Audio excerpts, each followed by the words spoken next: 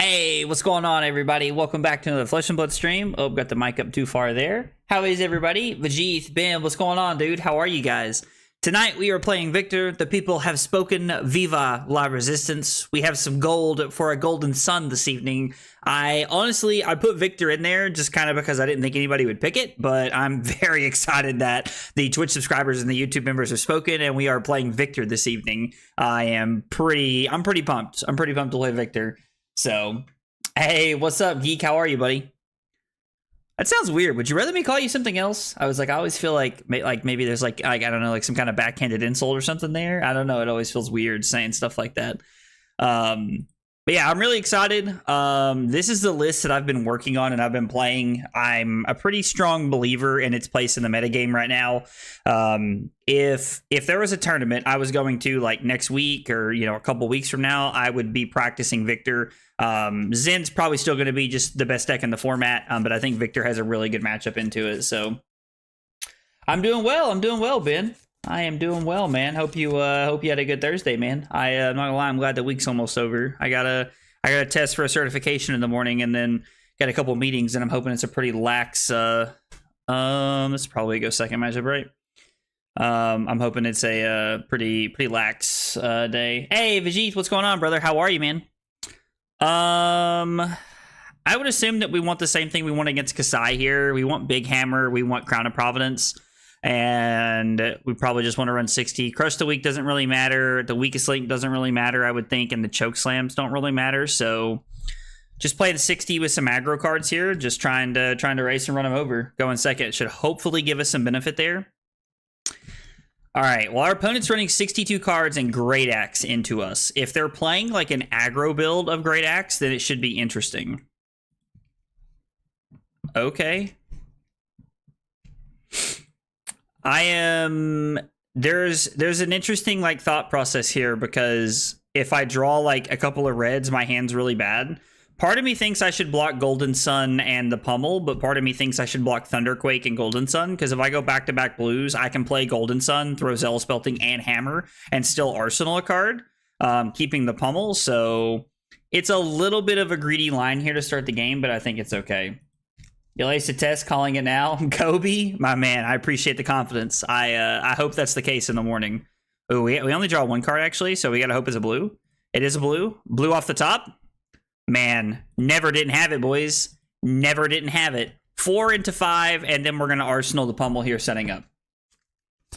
I don't think Zen's the best to be the best anymore. Okay, cool. Tell me about that. I mean, I'm definitely not saying that like my thought process or my opinion is correct there, but I'm curious to know why you feel that way, because I think the deck's still very strong. Let's freaking go. Hey, Alex Brapapapo. I hope I said that right. Thank you for the sub on YouTube, brother. Appreciate you being here and hanging out with us, man.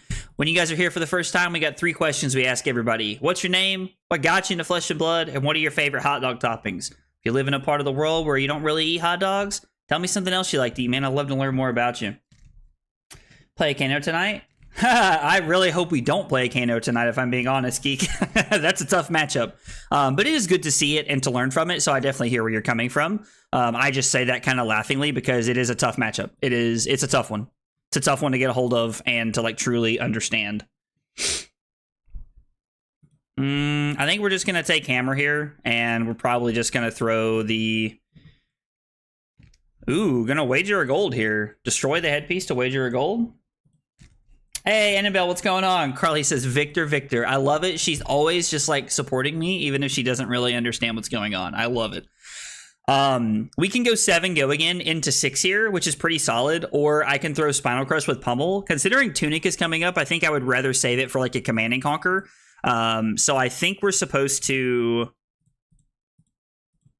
do this and come in for 7, go again, and then swing the hammer for 6. It would be very good if we had a blue to be able to really do anything with here, but we're forced to pitch both of our cards. If we had drawn like a blue and a Command and Conquer, it could be really good because we could go 7 into Command and Conquer, which is a lot of value for us early on in the game. We're going to try and use early going in cards to take tempo and put ourselves in the driver's seat, and we're going to use clashes, which against this deck should hold a lot of value for us. They're playing a lot of non-attack actions and a lot of reaction cards more than likely, so hopefully that pairs well for us. Also, my opponent's giving us a lot of equipment really early. They're trying to use their early equipment to establish a like dominant like footing on the game, and hopefully that does not pan out for them. We went blue, so let's go Spinal Crush, and then we'll pitch the Golden Sun for the 4th card into our deck. We are running a clean 60, so we went blue in the first one, and then we just went blue Spinal Crush. So our first hand is a Spinal Crush, and then we have a Golden Sun as the first card in our next hand. Now, unfortunately, this hand doesn't really do anything, which is kind of lackluster. Not super impressed by this hand. We could block with 1 card and pummel the disable, which is really not a bad place to be. I kind of like that play. We can take 2. I guess they could Bolters and throw something else at us if they want. They're just anteing. Okay. Up the Ante's a pretty good card here. 1-1 versus my local Kano, and each game was a blowout both ways. Didn't really learn anything. That's fair, man. Then still very powerful for sure, but the ban hurt so many matchups for him, like by 10-20%. Think we are back to a KO meta. I mean, as far as aggro decks are concerned, that is a very real possibility that we're just looking at the KO meta again, which I wouldn't be very surprised by. In all honesty, wouldn't make a lot of sense. Trying to record some gameplay for Vanguard deck, but the community keeps swearing at me when I mill them, so I'm thinking of giving up. So Vanguard was never really something I got into, if I'm being honest. I know some people that play it, but it was never something that I really like got into or played a lot of. So I'm surprised to hear that you play it. If I'm being honest, I don't really know anybody that plays it off the top of my head. I mean, I'm willing to just let this happen if they're willing to let this happen here. With that being their play to cover this up, I think I'm pretty willing to play the pummel. We get to force quite a bit of damage here, and if they don't have like another really either 2 solid defense reactions or like an unmovable, we are in a very good spot as far as like taking a card out of their hand. Now, we don't get the disable effect, and it's very possible I'm supposed to save the pummel for a Command and Conquer. But there's going to be a lot of trounces and a lot of test of strengths that we're going to run into throughout the game, so I'm more interested in trying to push damage where I can. Also wondering if there's some real utility to Fi with some of the new ninja cards. I would be interested. I love Fi. Fi's like one of my favorite heroes in the game. I would love to play it. So last turn was the Rouse turn, which we went 3-4-5 last turn. So now we're going 6 and 7. So we're pairing our Golden Sun with 2 blues. The first one is going to be Chokeslam. It's less relevant than the Buckling Blow, but Buckling Blow probably won't matter for equipment when we get back around to it. So we just went cards 6 and 7 into the deck. We're 7 cards in a pitch stack. And Trounce is about to make that real interesting.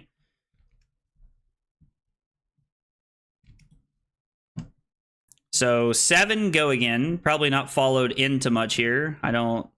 They are wagering a Vigor token.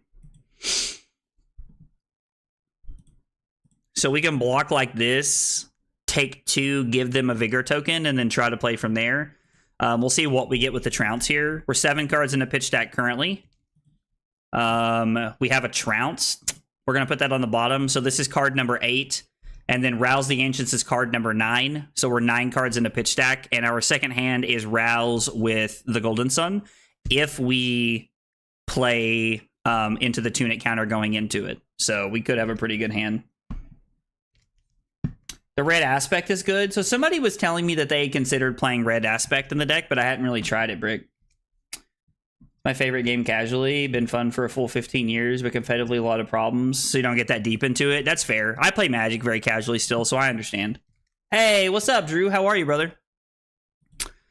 All right, so we're 9 cards in a pitch stack, and I mean, we have a decent hand. 7 go again is hard to cover up for a lot of these decks, so the more go again threats we're able to find, the better off we're going to be. Also, Outmuscle being for 7 here is just good because if they do have a Command and Conquer, like, or if they're playing like Weakest Link or anything randomly in their 60 that they want into us, it's pretty unlikely that they get to cover this up for 7. So it's also one of the cool things about like pummeling Outmuscle or something like that is that it's like you can't stop go again really as the opponent. It's pretty sweet. Hey Mello, what's up, brother? How are you? Since we're playing the horse and I'm trying to get back into like the competitive mindset, since there is a tournament coming up for me in a few weeks here, I'm going to try to start like counting pitch stack and trying to keep up with things again like pretty evenly. Wow, that is a ton of equipment super early, brother. So this is going to be cards 10 and 11. Our first hand has 3 blues and a Spinal Crush. Our second hand is 2 blues, Golden Sun, and a Rouse the Ancients. And then we're all blues to the third hand.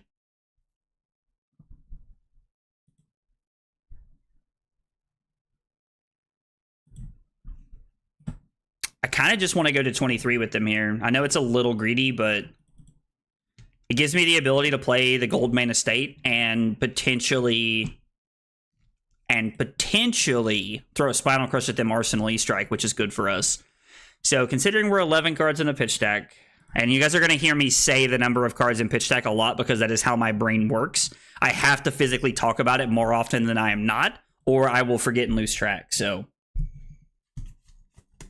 you know what KO and Fi still have in common? They get trampled by horse. I mean, that's Fi's biggest problem, right? Is that it just gets run over by the horse. And honestly, it's the biggest problem. A lot of problems just needing to ban over triggers and extend the round timer. So it's funny because I think there's a lot of games that could truly be fixed if they like change some of the basic mechanics of the game. But then it's like, oh, we're just adapting to Flesh and Blood, or we're just adapting to Lorcana or something like that. So I think that's why they don't do that a lot, Annabelle. Glad to hear you're doing well, Bello. Trying to make a kitty cat Zen work before Sunday. Large being like 15. I mean, 15 to 20 people is a good local tournament, man. Nothing wrong with that. Ooh, they are running wage golds, which is something to keep in track of. Defense reaction. I mean, if you take 7 and you're just throwing the axe at me, that makes sense. So we just went 11. We're going to go 12 because this is a blue that has Dominate. So this is going to be 12 and 13. So we have 4 blues, one of which is a Macho Grande. Okay, so they have multiple 7s in their deck. They are wagering a Vigor with us. Does the Vigor matter? With Tunic, the Vigor could be very relevant with the Pummel.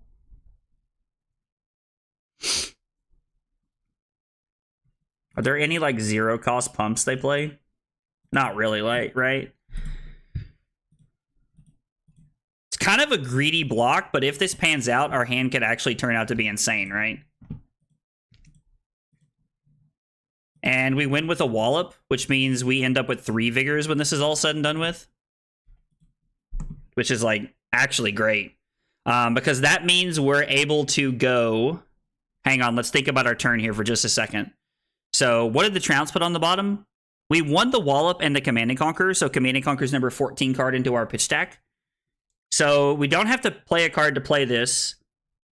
And then... we go 5 go... Or, I'm sorry. Still our opponent, we're thinking. So we use all 3 resources to play Outmuscle. If they block with something, we pummel it, right? And if they don't, we go E-Strike 5, go again into Hammer for 4, and then Arsenal the pummel. That's definitely the play here. We're kind of leaving ourselves open for like a little bit of, you know, mix of what we're doing here, which is kind of good. Take the upper hand when you're wagering. Oh, wow. And speaking of, there it is. So they very much so could have had it last turn. Brad, good call. That could have been rough for us. For if they would have played that, it would have been a very bad block for us. We still would have taken 2 because of the gauntlets here. E-Strike puts our 15th card into the bottom of the deck. That's not what I wanted to do. And swing, lay hammer. So now the next Gold Main Estate, which is only one I've left in the deck, is looking pretty good.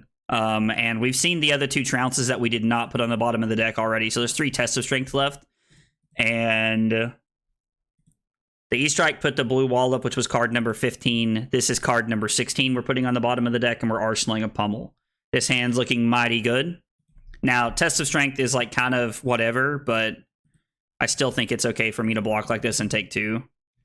Drawing Zealous Belting is a good arsenal target. Hopefully they don't have like a Command and Conquer here. Oh, that's why they're blocking with their gold so aggressively, because they just get to play this insane. Actually insane. And they get to equip Prize Gallia, Brave Forge Bracers, and Courage. Man, what a good turn for them. Well played, opponent. I completely forgot that card even existed for a minute, to be honest. Could replace the weakest link if we don't have the copies now, or would you replace it with another card? So I just want to make sure I'm understanding. Are you saying if you, like, if I was saying I didn't own copies of the weakest link, could I replace it with Humble? Is that your question, David? I just want to make sure I understand before I answer. Hopefully there's no D-React here. I think playing the Pummel is better than, like, trying to make an awkward hand work. I mean, playing the Unmovable is a total win for me there. This means they essentially blocked with 3 cards. And then the Hammer coming in for 6, looking mighty strong here. Probably give me a card and, like, Courage if I had to guess. Surprised they didn't give Courage. It's like the combo piece there. We're going to Arsenal a Go Again card, which is perfect. And then we just went cards 17 and 18 into pitch deck. So I agree, Courage is odd in the Axe deck. I mean, they are just, like, getting a lot of value out of having the extra equipment to block with. We don't need the Thunderquake, so we're just going to block this out because they'll minus any one of them. It doesn't really matter. And we'll win with a blue. We could have kept the blue. Instead, if we draw a blue, we can throw the Cranial Crush at them, but I don't think that's the correct play to make here. We're going to pitch the Macho Grande. 18 cards in the pitch stack, which means we're 17 cards away from our first hand, which has 3 blues and a Spinal Crush. Into the Golden Sun, into triple blues, into a Command and Conquer, if I'm remembering correctly.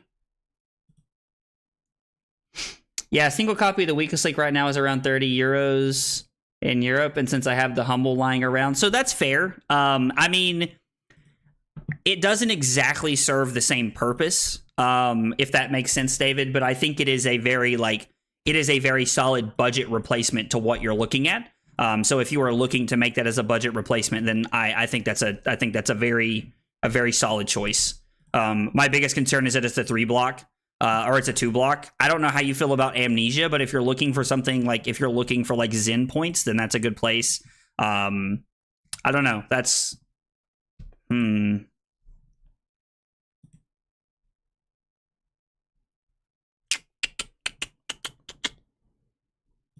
I think we'll just take 4.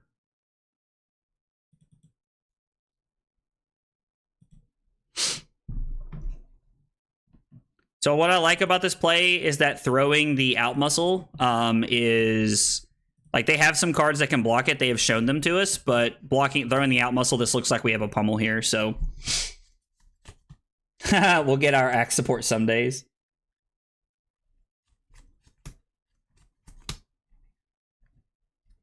Oh, it's more than 6. Oh, yeah, because, well, I mean, I would assume the Gallia is 2 block, the Courage is 2 block, and the Bracers is 2 block, I would assume, is how they're going to draw that up, because they want to use their combo pieces to, like, try and get into the game, is what I would think. Annabelle, but it is technically 9, yes. That's the chest. I would love Decimator Axe support. I think we all would, honestly. Like, I don't know anybody that could be mad about that. And then we'll throw Command and Conquer. We're not threatening a pummel, unfortunately. We went cards 19 and 20 last turn into pitch stack. This is going to be 21 and 22. So we're gonna be 22 cards in the pitch stack at this point. I want Merciless Battle Axe support. Now we're talking. I like that. I like that. Oh, I guess that's true. This is just life. There is no combo. In my head, when I see this card, it's combo. Like, that's just how my brain works. The best part's we're going to get the Arsenal here. It's even better. It's so good. There's so much value in that play. And now we're 22 cards in the pitch stack. We're going to play Gold Main Estate.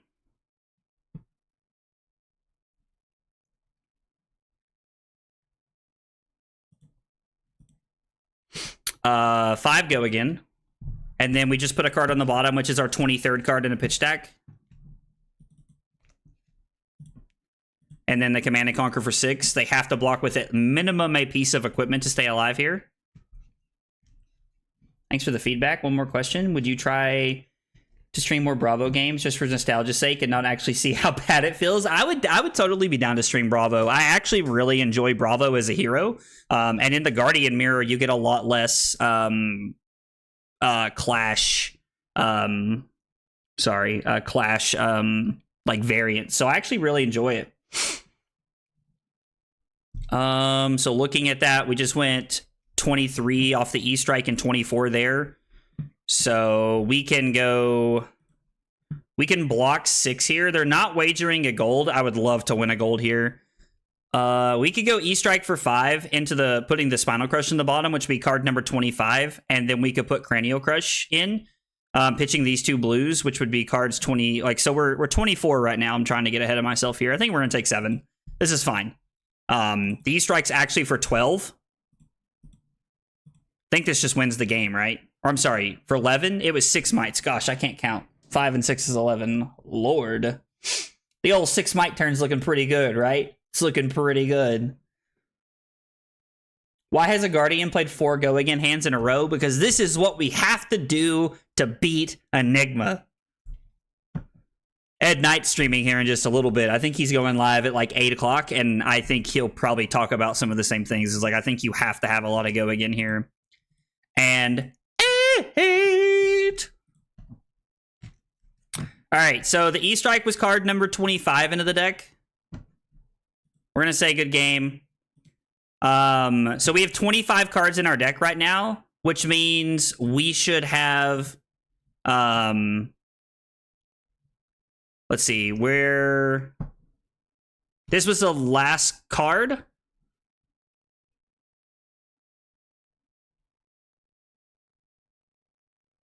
No, hang on.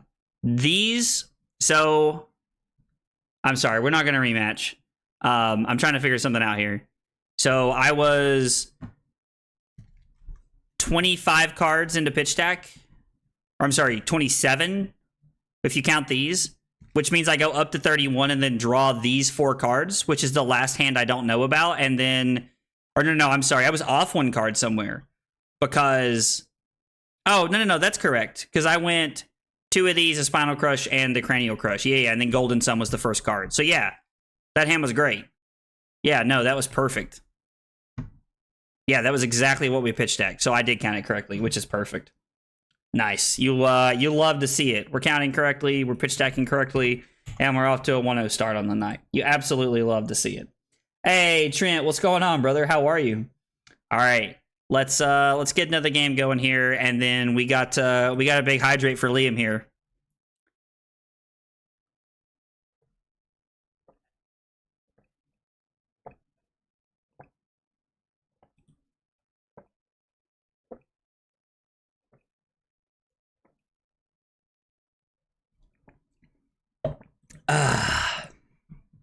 Okay. Against Aelia, we're going to go first.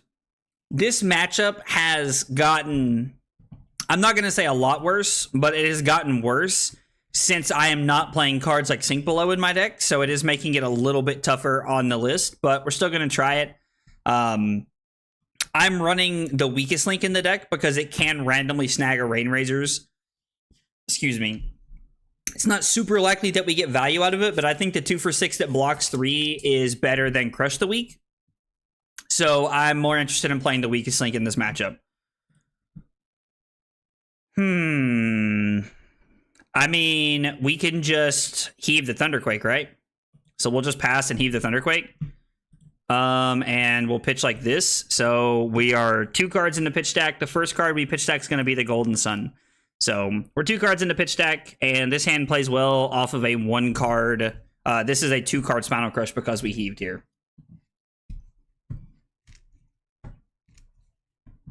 Had some good Talishar games on Rhar today, so I'm back on that train for the foreseeable future. Made me miss him, but I do now have a love for Victor. Dude, it's awesome to hear you're back on Rhar. I saw your excuse me, God. I saw you talking about that in the chat earlier. I mean, I'm pretty keen on just throwing 9 here. We're blocking 10, but we are. I mean, I could give the shield here and keep the Spinal Crush if we wanted. Could be pretty good. I don't know. Like, I think we'll just block like this. It plays around the Rain Razors pretty well. So, and then we win the Clash. Now it was Rouse, so that's tough, but I'm glad we won it. If I ever make it home to play my list, I'll make sure to show you. Wally did bully me the other day. Wally did bully me quite a bit the other day when we were playing. So we went 2 cards into pitch stack, and I think we're just going to throw the Disable here. I think Disable's better than... we could throw the Thunderquake. I would rather throw the Disable and keep the Thunderquake because it means that we can crown it away and they know it's face-up value. And the Disable has value as a 2-card 7 this turn alone, where we're actually able to just push and try to get rid of their arsenal. Forces Aelia to make a decision here. Their decision is more than likely that their 4-card hand is better than whatever they were looking at, and they still get to conceal information. That is the 3rd card we've went into pitch stack. 2 blues and a Golden Sun. Golden Sun being first, which is important. Pitching Murkmire Grapnel. This is for 10 currently. 13. Okay. So I think we are safe to block 13, crown away the Thunderquake. Drawing a Spinal Crush. Honestly, you love to see it. Now they did get some equipment off of a non-dominated arrow, which is unfortunate, but we are getting to throw Hammer back at them. We're going to go 5th card in a pitch stack. Blue Thunderquake was the 4th one, and then Spinal Crush. So our pitch stack is now, we're now looking at having a stroke right now. We're looking at Golden Sun and 3 blues, which is pretty good. Because if the game does make it back to pitch stack, Golden Sun closes the game pretty quickly.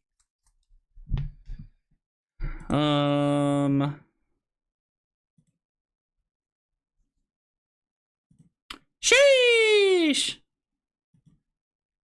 14, 3, 6, 9, 11. I mean, I could block 14 and save the Spinal Crush for another day.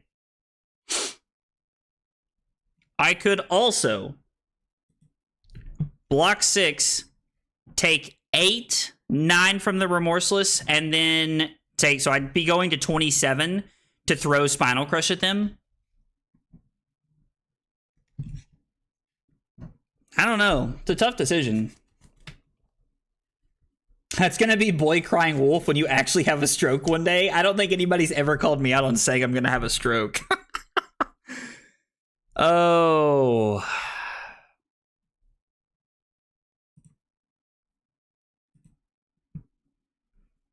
I think we'll take the damage and go to 27. Throwing Spinal Crush is pretty solid, so I'm a pretty big fan of that. Plus, the Seek and Destroy won't really have any effect here. It's really just the action of going down to 31 and then going to 27 off the Pox tokens, but we do force a minimum of 2 cards out. They probably give us 3 cards in Arsenal here, which buys us a turn to try and get back in the driver's seat. I beat Victor once on Vincent, and I feel unstoppable. Bro, I love that. So we just determined that we were 5 cards into pitch stack last turn, and now we're getting ready to go 6 and 7. And we are going to go... Oh, that's going to make us do this first. Yep. And then we're going to go 6 and 7. Okay. I mean, yeah, that's fine, actually. They're gonna dominate me? Well, that's kind of unfortunate, to be honest, because I was really hoping to block with a Trounce and to throw this with a Pummel. But beggars can't be choosers and all that, so we're gonna go... We're gonna throw Chokeslam for 8, which means their release attention is kind of worthless, and they're forced to block a little bit here. The Rhar into Zen feels like Rhar versus Zen 2, where I just need to lock in and play like a beast. Oh, versus Fi like 2.0. I mean, to be fair, like decks like Rhar, like they get ran over, like they get like overwhelmed pretty quickly, but like it's not really that bad in my opinion. So this is going to be card. We just went 6 and 7. This is going to be 8 and 9. So we're 8 and 9 cards into the deck and pitch stack here. And we do have Command and Conquer Pummel, which means I'm able to block Test of Strength and Buckling Blow and still block 7 here and have Command and Conquer Pummel, which is just like the play. It's just what we want to be doing here. Wish Tunic were coming up. It'd be a lot better, but... Oh, Rutro Raggy. I'm always baffled by my opponent's, like, want to get Red in the Ledger against me. I truly don't understand it.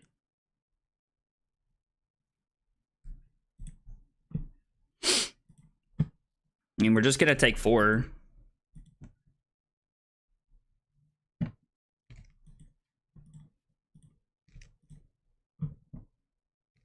They don't have an arsenal, which is a real feels bad, but this is still just 10 points, right? So we're just supposed to do it.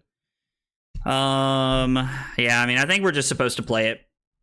It feels bad, but again, I'm not just going to throw hammer here, I don't think. Feels really bad. When you were on Fi. Yeah, no, I actually really remember those games because Nick, one of the guys on our team, played a lot of Rhar then, and it was like a I don't know, it's a lot closer than people think, in my opinion. It's a lot closer than people think, in my opinion. The Pummel is good because it puts them to 13, and it also allows us to just like push a lot of damage. And we're getting a card out of their hand, and we're getting an 8-point life lead here. We're going to need a non-dominated arrow and a Test of Strength this turn, probably. We just went card number 9. So this is going to be number 10 and 11. Limit you to 1 action. What can you do with 1 action and Guardian? I mean, it's the class... Liam said, I mean, it's the class with the most go again, right? Bro, y'all cracked me up. I'm not going to Arsenal this. It's so funny. Codex of Bloodrot is from hand, so we just put the Golden Sun in here. And then if this is a pump,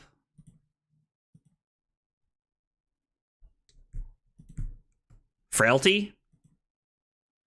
I mean, honestly, my biggest like concern here is that I can't block with multiple cards.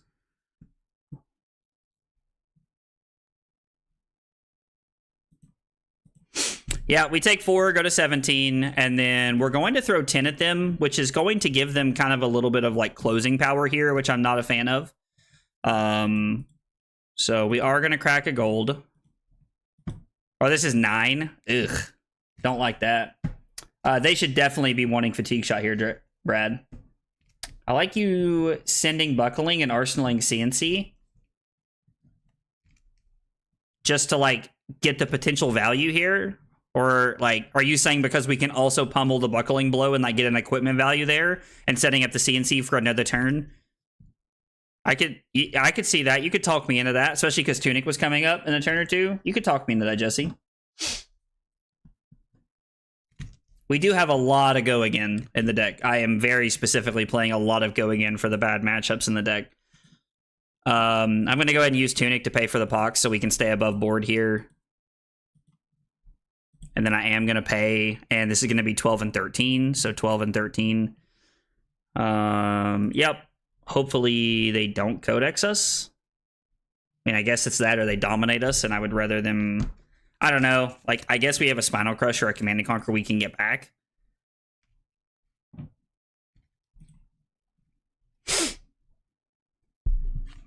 Without the defense reactions, this matchup is a lot closer than I would like for it to be. And I mean, the truth is the matchup's pretty close as it is anyway, especially against a good Aelia opponent. So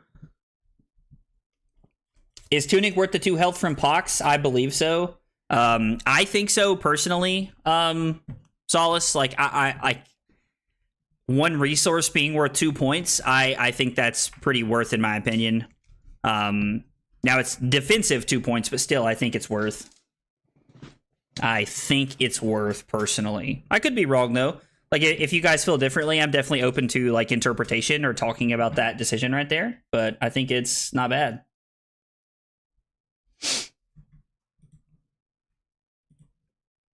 Man, they are all about some Red in the Ledger. I don't get it.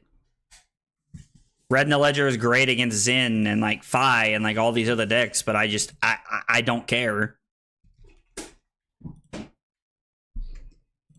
Is this Snap Codex? Codex of Bloodrot? Okay. I mean, that's fine. I guess I just wanted to have a different arsenal card.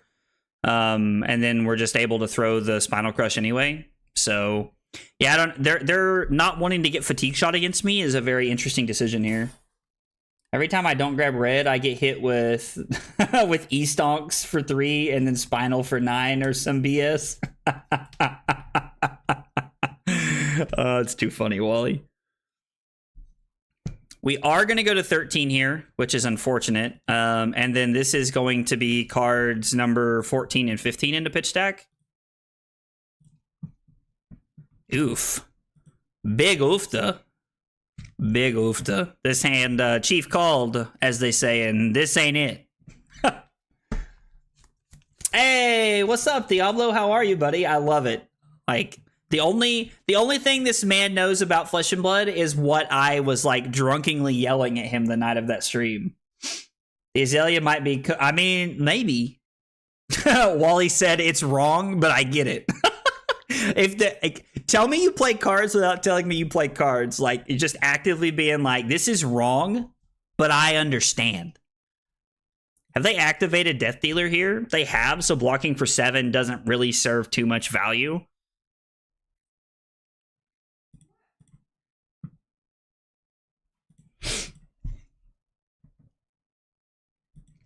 And that's fine.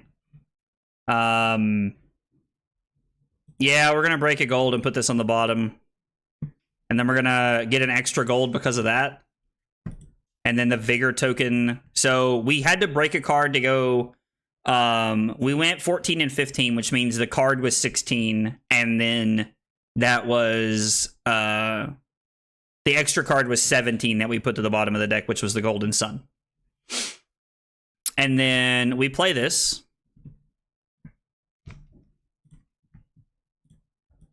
Throw this for 5. And if they block 3, they're dead. Which is more than likely going to be their play. They block 6 to play around the pommel here. Interesting. Bro, that stream was hilarious. I did really enjoy it. May still kill off Hammer Swing. I mean, there's a possibility I'm supposed to like block with like all of the cards there.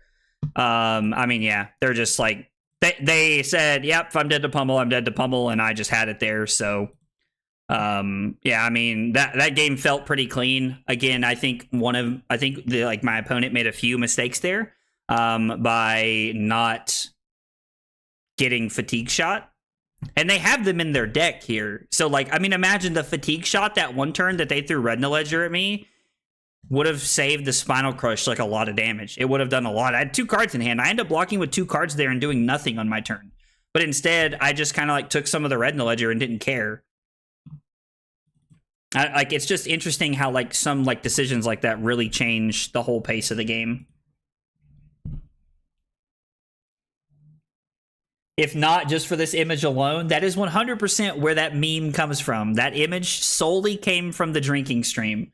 The drinking stream was a lot of fun. I enjoyed it. Now, I didn't really enjoy, you know, the many hours after that of being sick, and I'm sure Carly's not looking forward to when we do that again, but it was really fun, and I had a great time. It was, like, also a lot of support came from that, and I was very surprised and very excited that everybody came out to hang out that night. Whoever thought a horse wielding a hammer would ever be a thing? Oh, listen, I love it. All right, so against Enigma, we have Big Hammer, Crown of Dominion, Tunic, Gauntlet, and Civic Steps here. And in this matchup, we are running 63 cards.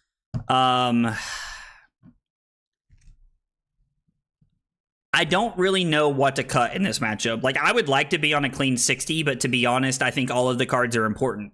You need your core blues, plus Cast Homes is insane. All of your go again cards are bananas here, and excuse me, including Rouse the Ancients. Pommel gets a lot of value. Trounce and Test of Strength actually get a ton of value. And the Golden Sun is great because it's tougher for them to clear boards. So I think playing 63 is just correct. Although from time to time it does make some hands awkward. But I'm a primary believer in running that here. Lincoln to our opponents tonight. I love it. I'm looking forward to it because I don't suffer the consequences. I mean, that's fair. Yeah, so when we heave, we're at the end of the turn where our opponent can't do anything. So we're just going to heave the Thunderquake here. Okay. It's unfortunate, but yeah, we'll just we'll go clashing here. We win a clash east there pretty early. Jesus! Jesus! We have a family, sir. We have a family. So I'm gonna go 8 Dominite here. And I was like, God, please just let it kill that. And then we ponder. I'm actually pretty okay with arsenaling this card. Wow, this hand could be insanely broken. Insanely broken. Dude, the drinking stream was a lot of fun, Brad. I think that's going to be like a yearly thing. I think it's going to be a yearly thing. All right, we need this one. No reclashes. You love to see it. You love to see it. I can tell that I'm just having fun because I haven't counted a single pitch deck card this game. And to be honest, I was kind of like I was counting very sloppy last game. I mean, it is unfortunate because we don't get to play the cast homes here, but we do get to throw this for a bunch. And the Pommel! Air Goodman coming at you. I love dodgeball, by the way. A clash miss. I mean, it does happen, Wally. I know it doesn't seem likely, but it does happen. Listen, I lost a gold to Silas playing Zin the other night. What do you want from me? I'm just a man. Okay, so this has 0 now, which is great because we get it no matter what. Make a shield. He currently has 4 on there, which means if this hits, he'll take 7, go to 33, and then we will get the Pommel and the CNC effect. Oh, you love to see it, boys. You love to see it. Really learned in testing with Ashley that all of the tenets of Chi, they all apply to blue auras. I'm not sure what you mean exactly. I don't know what all of the tenets do off the top of my head.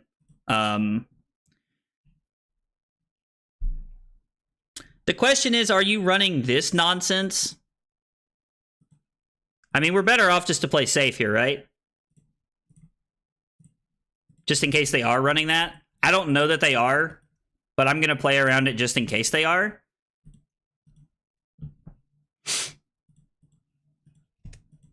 I mean, we'll just throw 7 here. It's not really clearing an arsenal. Maybe I'm supposed to arsenal this.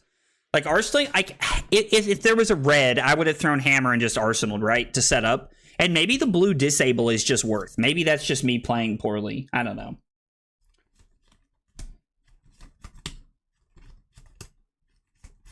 Draw buff and go again? What do you mean, Liam? I'm sorry, I probably said something and I'm forgetting what you said. What I said.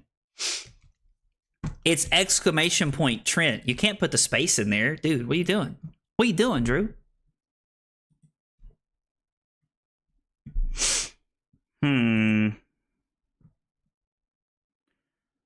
Well, this hand doesn't do what I want it to do, so I'm kind of thinking maybe we should crack some gold here.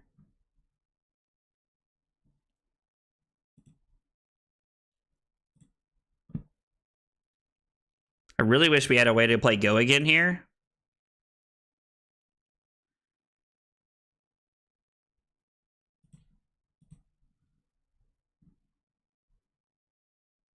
Okay. You work. You do the job. 9 go again into Tunic into Weakest Link. That was a great draw off the gold. Dude, if Silas shuffles his opponent's deck every time they present it to cut, he'll top every event. Dude, that's what I'm like. I am super convinced that all he needs to do is start shuffling his opponent's decks, and he's going to start winning, because those were some of the worst hands I've ever drawn, ever. Like, those hands were abysmal the other night when we played on Monday, dude. They were rough. They were rough. R-U-F. Rough. Defense reaction to protect the chi, or to protect, like, any one of their cards here. Could be a lot of cards they're looking to protect. We're going to Arsenal this. It's a pretty good Arsenal target most of the time. Preserve Tradition. What do they target is the question. It's funny because this is the match where I'm not counting my pitch stack, and this is probably the match we should have been counting it more than anything. So they have a blue card here. They're just probably going to name Go Again. So 3 Go Again into the shield. So we go to 36, and then we go to 34, and then it's 7 Go Again into Hammer here. Arsenal to pummel. And we're going to overpitch the Golden Suns to come in with the Hammer. It's just to force everyone to have Runeblade hands every hand. I mean, dude, that's a great way to win games. Like, if your opponent can't really make effective turn cycles, they can't win, right? I'm here for it. Listen, I'm here for it. I'm all about it. The 7 shuffle. When you say the 7 shuffle rule applies to Fab, are you referring to the idea that statisticians will tell you that if you shuffle something 7 times, it is like technically like completely randomized? Is that what you mean? Or are you referring to the 7 pile shuffles that people do? Or both, maybe. We're taking 4. This hand's good.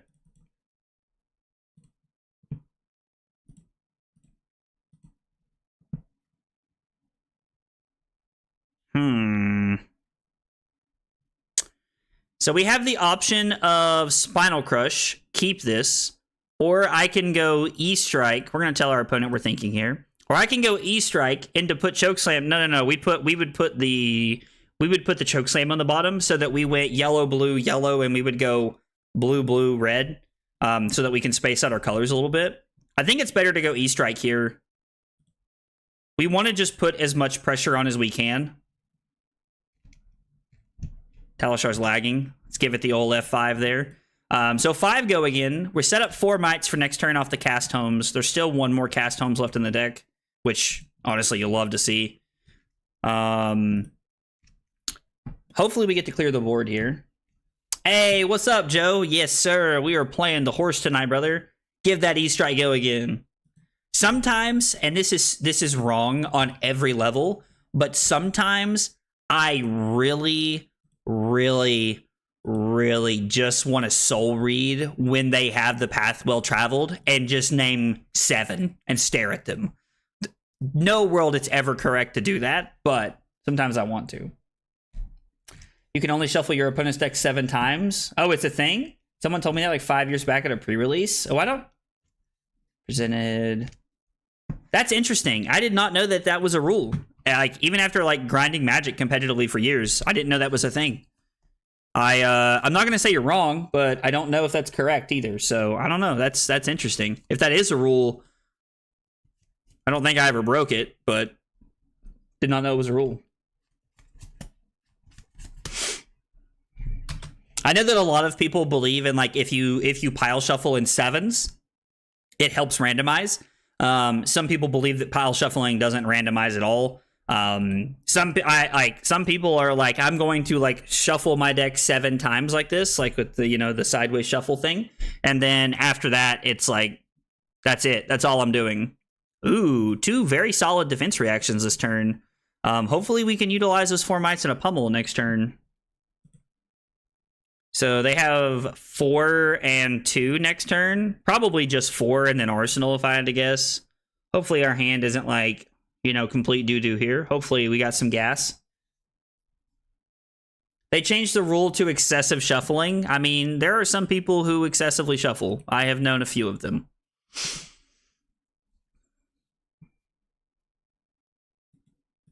Yeah, we're taking 4 here. Like, we're cast homing again.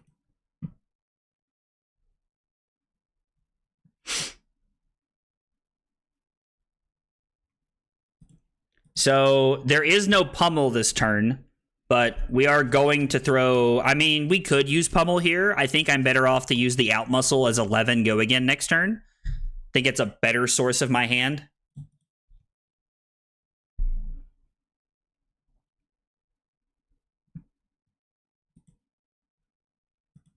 Okay. Okay.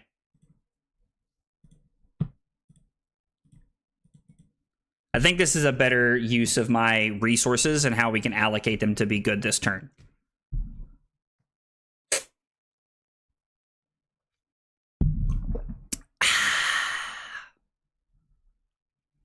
I can tell that I'm a little short on water today. My mouth feels dry for some reason. Oh, dude, when you're playing the Crown of Dominion and Cast Homes, it's insane. The value is like off the charts. It's so good. Ooh. Ward, and we get 3 Spectral Shields. Yeah, I mean, that's fine. And then it's 5 into 3 for 8 next turn. God, please let us like draw a Test of Strength or a Trounce of something here. Or Trounce or something valuable that we can like just obliterate them with. That's what we want to see. We do not want to see a hand like this. I mean,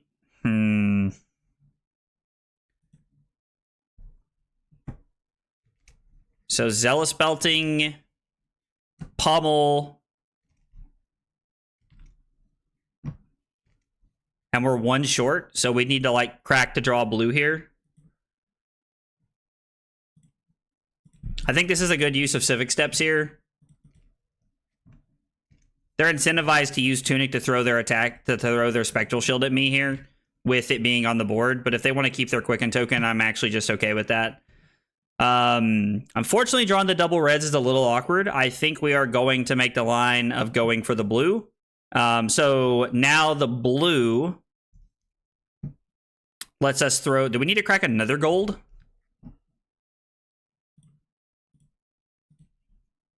And never didn't have it. So Pummel, or I'm sorry, Zealous Belting with the 5 mites for 10 go again. And then we get to use Tunic and the Spinal Crush to play the Pummel, pitch this to throw the hammer, and then Arsenal the Out Muscle. Or I can play the Out Muscle and not Arsenal anything here. I think I'm better off to Arsenal something, right? How many of the big attacks are they've playing Enigma Chimera, which means they're probably on like Phantasmaclasms and stuff like that too. So we're probably better off to just play this. Wait, does this even work the way I want it to? So we would play Pummel using the 2 resources floating. And then Tunic and these to throw hammer. No, I think we're better off to do this. I think this is a better play here for us. My man's a dehydrated, you say, and then hit me with a big hydrate. Wally's just like calling his shots. Man, this turn is bananas. I feel like I say that a lot. I mean, to be fair, this turn is bananas. Oh. I would have drawn the Test of Strength or Trounce right there. I mean, I know they can't stop the go again, but I'm more interested in trying to clear the board here, right? I want to clear the board, and this lets me take the card out of their hand as well. And then I get to use Tunic and the Spinal Crush to throw this. And now they have a chance of being able to stop go again next turn, which was my main concern. Our hand was very good and pushed a lot of damage, but now my hand is a little weaker. It appears just to everything, so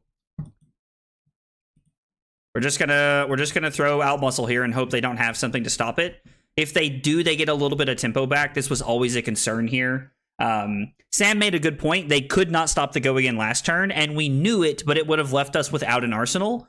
And with a hand like that, it would have been kind of rough, I think. So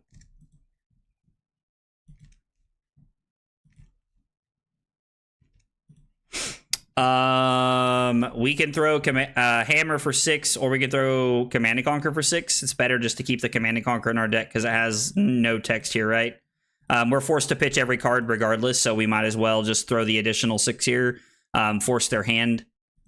They blocked with a Sink Below, and they got a Traverse. They probably have a Mirror guy they're trying to set up here. We're going to go Test of Strength, Debilitate, Spinal into Command and Conquer here.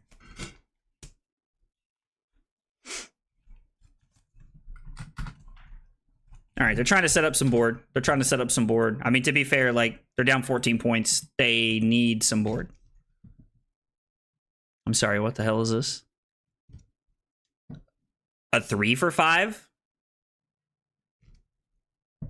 Oh, it has Go again because of the Quicken.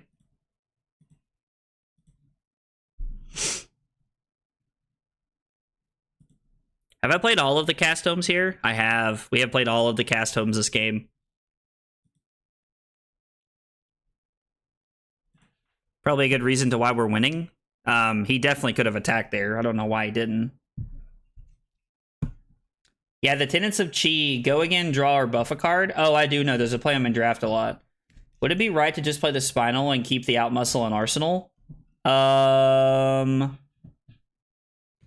Probably, Wally. It was probably just a worse turn by me. We could crack some golds and like try to go ham here a little bit, but we still have all 3 Golden Suns, and I do just have 8 Dominate, which more than likely just clears the board and pushes our advantage a little bit here by pushing some damage and keeping the board clear. But it also takes the decision tree out of their hands here. Yeah, since there was no board there, it might have been better just to keep that, because with a hand like this, we would have just been able to throw it, and it would have been very good here. Okay. Like this. Having a hard time getting into CC as a Blitz player. Any advice? So, Cranky, I think the thing that I would say is it really like depends. I don't think there's anything wrong with playing either format and like in a very sincere fashion, but CC is just, in my opinion, strictly better because it offers you a longer, more skill-intensive game, as to where Blitz can be kind of high-rolly. I am not saying that Blitz is complete luck and that you don't like have to play well to win. I am saying that I think as a whole, like as a overall statement in general, you are better off to have a skill-intensive game as NCC.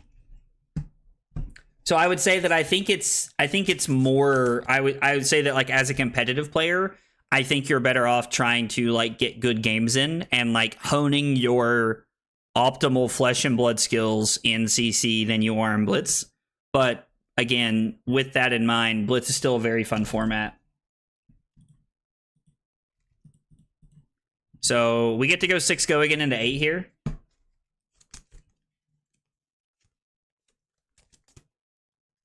Rough pick after that ban. Oh, talking about playing Katsu? I mean, I assume he was talking about in Blitz, right? I think that's what they were talking about, but I mean, even if it is your favorite CC deck as well, like it is in a tougher spot, that's for sure. So they're gonna Enigma and do this, attack us, hopefully. It's like, please, for the love of God, attack us. We need to win this trounce. My good sir, have you heard the word? The bird. Bird is the word. The bird. Have we seen 7s this game? Or has it just been 6s? I have yet to see Phantasmaclasm, but they are playing all of the cards that make me think they are playing Phantasmaclasm.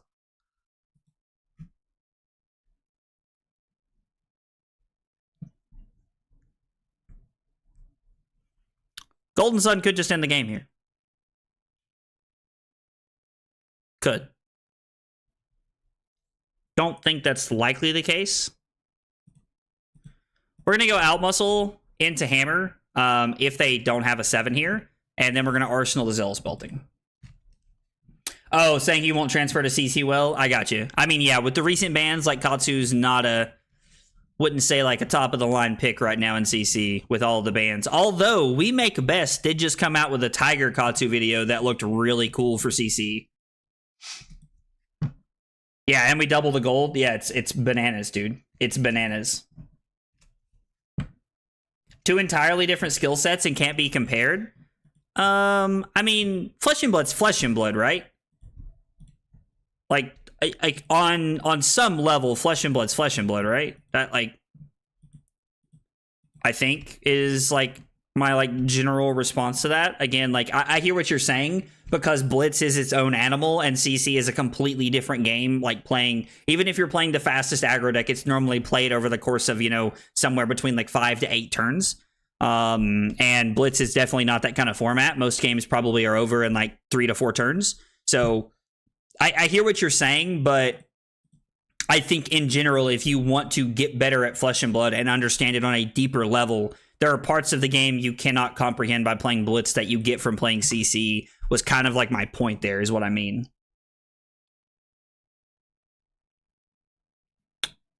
Okay, so you side out Phantasmaclasms against Guardian? I mean, it would make sense. I could see that, like multiple poppers. That makes a lot of sense. Yeah, that Metamorphs. I could actually see that being a plan. It's the comparison of chess and Blitz chess. It's the same, but like no. Okay, so yeah, in that sense, what Wally's saying, that's actually like a great translation. Like that, I can really get behind with that translation. Like the idea of playing like regular chess versus like a Blitz style chess. Yeah, no, I mean that's fair. That makes a lot of sense, and that's a really good way to like look at the game as a whole. It's still fab, but different styles of play between the formats that cannot be transferred from one to the other is what I'm saying. Yeah, no, I hear you. It's a completely different deck building thing. It's a completely different like game in general, like how it's played out. Just kind of like what I was talking about, you know, like over the fact that like Blitz is generally played across like 3 to 4 turns, and you know CC even at its peak is normally a 5 to 7 turn format. So yeah, no, I mean that makes a lot of sense. I hear what you guys are saying.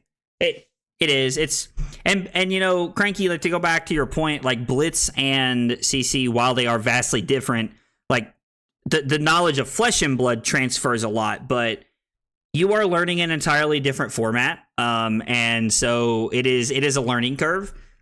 I personally prefer CC because generally, I'm not gonna say always, and I've said this many times, you are winning games of Flesh and Blood because you are good at Flesh and Blood and because you are paying attention and you understand the basics of the game. I feel like Blitz as a whole doesn't really play to the basics of the game. It plays to who can have the highest turn first, who can have the best turn first. And CC does to some extent, but it's not even like in the same realm of the same thing, in my opinion. So I think playing CC gives you a higher window for skilled players to win the game because they are better than you in certain areas. And so I think that's a really important thing. That's right, we're rolling in the gold tonight. I was refreshing Talistar to test my Riptide against you and then realized Guardian. Yeah, dude, it's a tough matchup. I mean, I'm happy to play you on if you want, Brick, but it's a tough matchup for Riptide.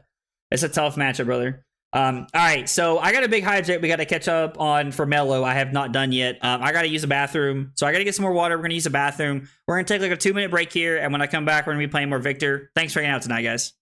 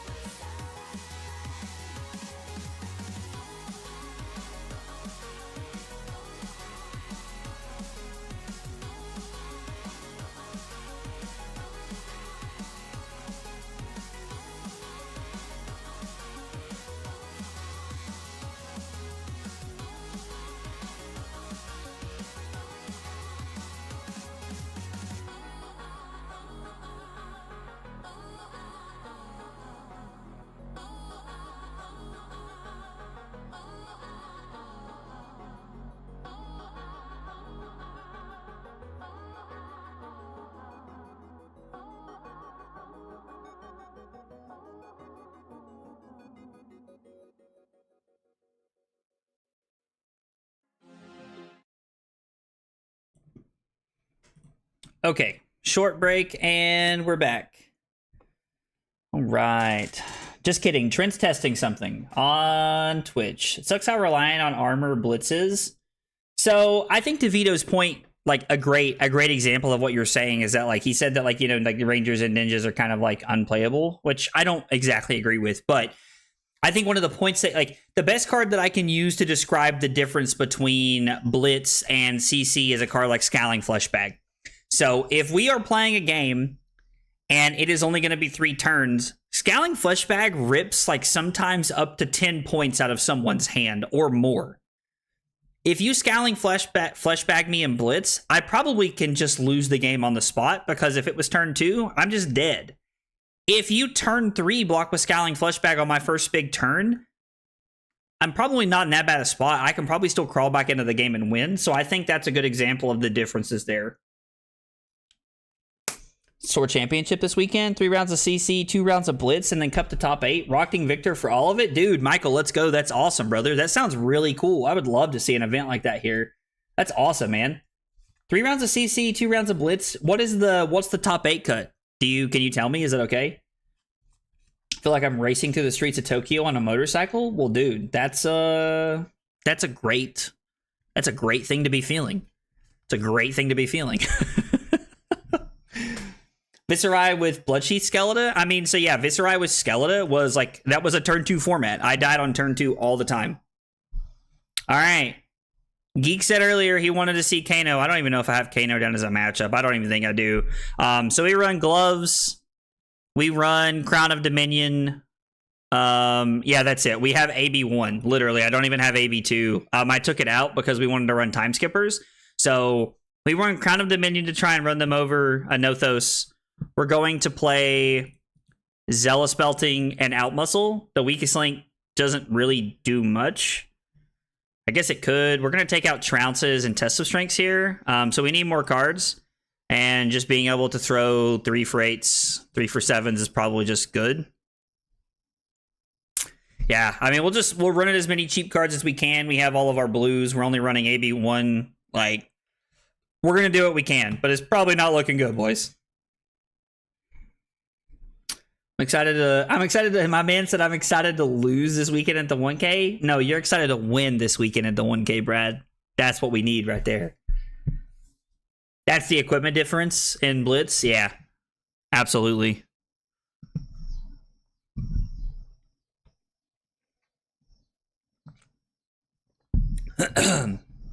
I wonder how much my opponent just like literally watches me open AB1 and goes, "Oh, cool, thanks for the free win." Like I would say that's probably every single time someone opens AB1 into Kano, honestly. Probably every single time. Do.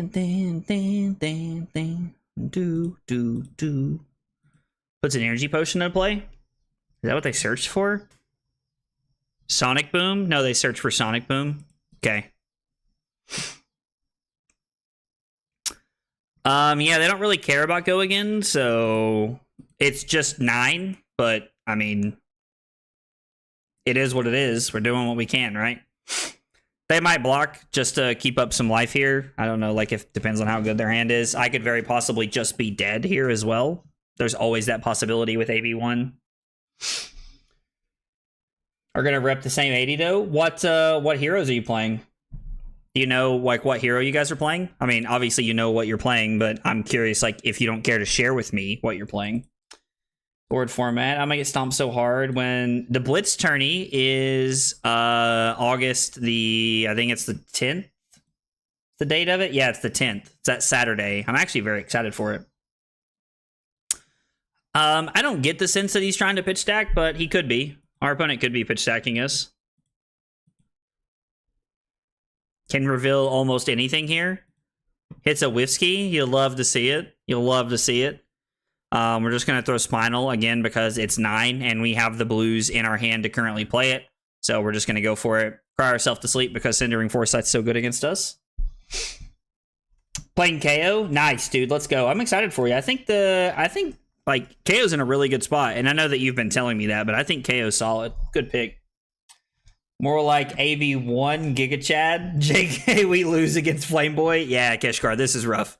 I've pretty much come to a understanding that the only like unwinnable matchup, and I believe this with every part of who I am, this matchup is truly unwinnable. Like, I believe it to my core. This matchup is unwinnable. And in the interest of that, I have cut all the cards for it. So we're playing AB1 because it's what I run into Prism. And because it's what I run into Vincent and like Viscera and stuff like that. Shoo! Keshkar, I'm not gonna lie to you, brother. Nats was rough. I went 1-3 in CC playing KO and dropped. It was a tough one. Oh no, this is so bad for us. I did not have a good run at Nats at all, man. How about you? Did you play at your Nats? But 96 AB to live up to the name. Yeah, like, even if I'm, like, packing, like, sigils and, like, everything, the only way, just like Liam said, the only way that this matchup is winnable is if the opponent messes up. And that is true every single game. Like, you could be running AB3 and, like, and like, sigils, and you could be running, like, Oasis Respites, and it's just not enough. Against a good Kano, it's not enough. Man, we just keep drawing the Spinal Crushes. I would love to play this Go Again card, but when I reveal my hand, they'll know that we just don't have it, so. I sent my list in our team Discord, and he seemed to take a liking to it. It can switch to a mid-range game plan when necessary. So I do like that. I really enjoy being able to pivot. Like the all-in aggro game plan of KO, I'm not that big of a fan of, to be honest.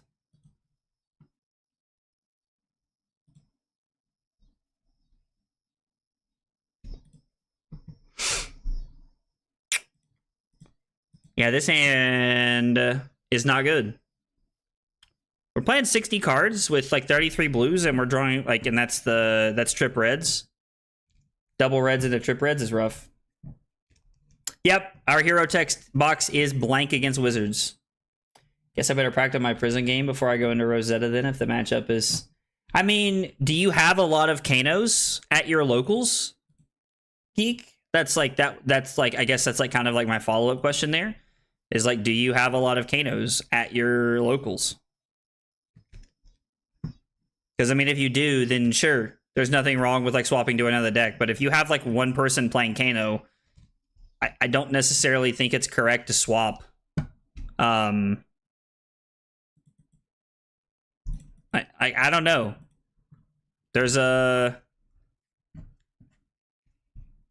The matchup is unwinnable against Kano, but unless you have a ton of them in your meta, I don't really see a reason to swap.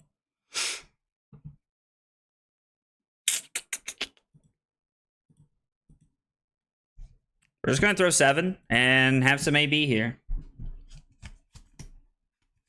Everyone's playing Assassins at yours? I mean, Assassin is also like an uphill battle. Sounds like 1 is enough. I mean, it is enough for you to lose 1 round, but I don't like. I've come to like I have a very good Kano player in our area. Like he lives within about like an hour of me, and he is honestly like a phenomenal Kano player. And I've told him, I'm like, listen, I'm like, when we show up, I'm like, I don't have any respect for the deck because I can't beat it. There's no world. And he's like, no, you can't beat it. So, but I don't think it's a reason not to play Victor personally.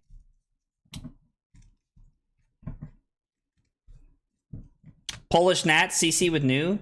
We had 12 rounds, 6-6, CC in draft, 3-0 in CC, and 5-1 after draft 1, 5-4 after draft 2, 6-6 after CC. I mean, hey, that sounds like, honestly, that's... Ooh, that's not what I wanted to do. That's not a bad record at all, man. I was like, congrats on having a 5-1 start for sure, man. That's awesome.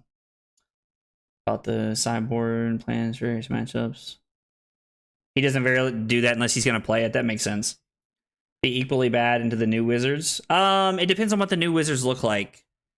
I don't know that that's necessarily the case. Victor does not have that bad of a matchup into Briar, and she plays like Wizard-esque, so I don't know. Decking out of my... I see that with 3 Null on the sideboard. For when the new Wizards come out, I mean, that's fair. There might be a world that if the Wizards are a part of the metagame in a very popular fashion, that we are running Null Rune in Victor. The meta always changes, and you always have to be willing to adapt with your deck, so...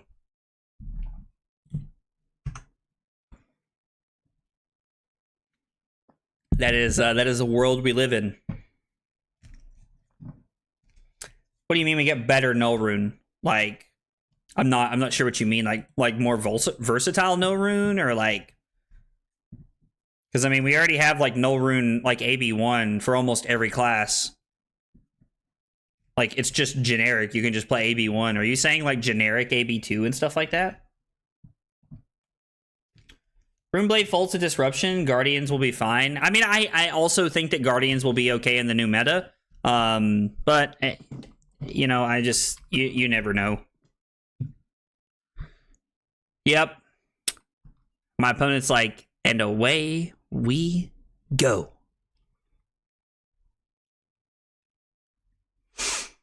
I would have loved to have seen a pummel, or like a Zealous Belting at some point in the first, like, 7 turns of the game, but we haven't.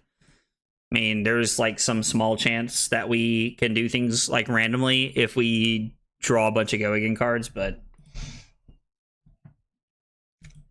like better generic AB, I mean, that's fair.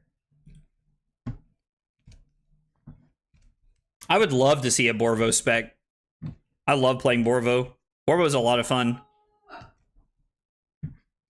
Hey, what's up, Martin? I've been out of the loop for a little bit on vacation. Dude, how was your vacation, man? You guys go somewhere fun? Hands and Lantern into Kano on Victor? You're playing Null Rune Boots, Null Rune Gloves, and Lantern and Small Hammer. Is that what you mean, Geek? AB1 for a whole armor slot is so sad. I mean, Victor having access to like AB2 randomly, I think would be really good.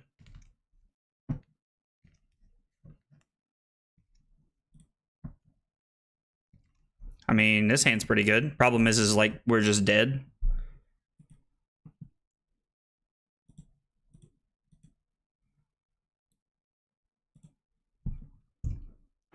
Like, we have the pummel, but if they have anything crazy, we're just dead.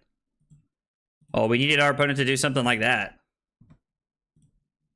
Something like this is very good for us. Things coming up like this can potentially win us the game. Potentially. Potentially. We're still at 24 with AB1, and they have 2 E-Pods in play. So. This is for 10 if I throw this at them. Which means it wins the game. So the good thing about this here is that they are forced to go off now. Like, they're actively just forced to go off here.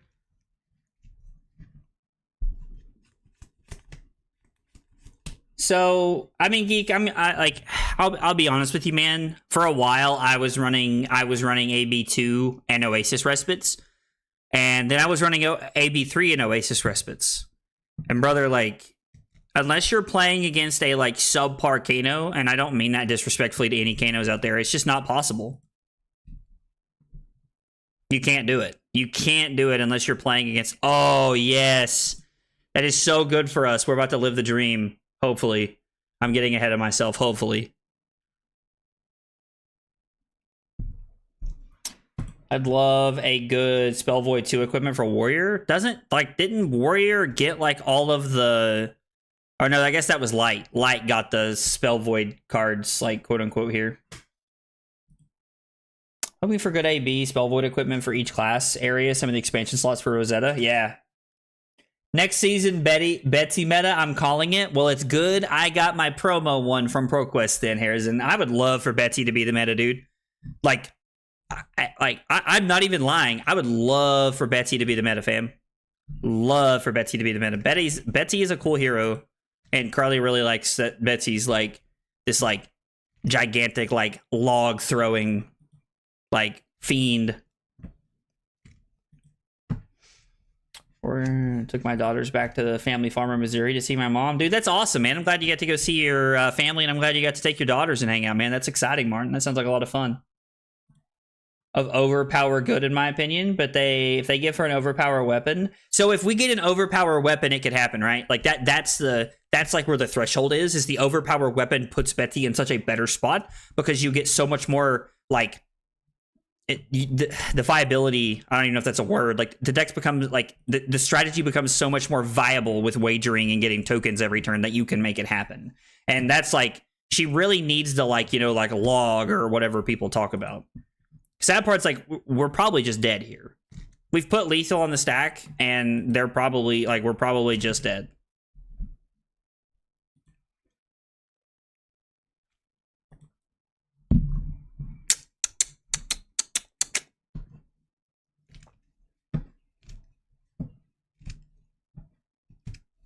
I mean,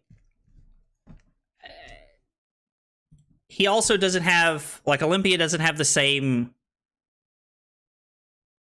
text box as,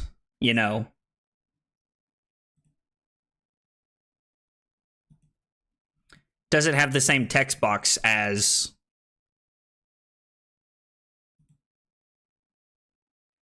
Betsy, right? We need Betsy to just get a log, just something she can just freaking chuck at people. Honestly, Betsy needs a log. Somebody start a petition to get Betsy a like spec weapon that does something bananas, and I'll sign it. Just give us something for Betsy. Yeah, see, everybody wants Betsy to get support because like Betsy's a G, fam. Betsy's a G. Just it's just how it is.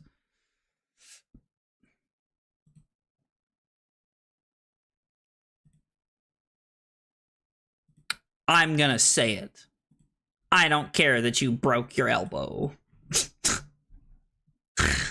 Oh, man. Please stop Kanoing. Go away. Oh, you love it. Honestly, you love it because he can't do it all here. Probably gonna go for the boom, though, right? Because boom's gonna be for 4. We might not be dead here. Log, have mercy, brother. You gotta have a resource to pay for that ether flare, brother. We get to block the prognosticate, which means the ether flare doesn't deal 17. Let's freaking go. You love to see it. I cannot believe we won that game, fam. Like, cannot believe we won that game. Yeah, I mean, listen, we take the W's when they come, right?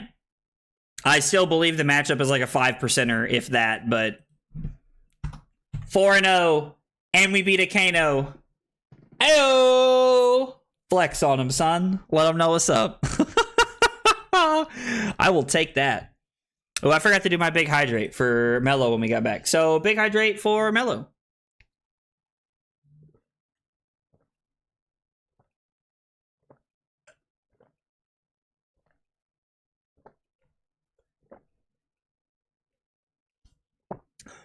Ayo, it's Nick. Let's go. I recognize that name anywhere.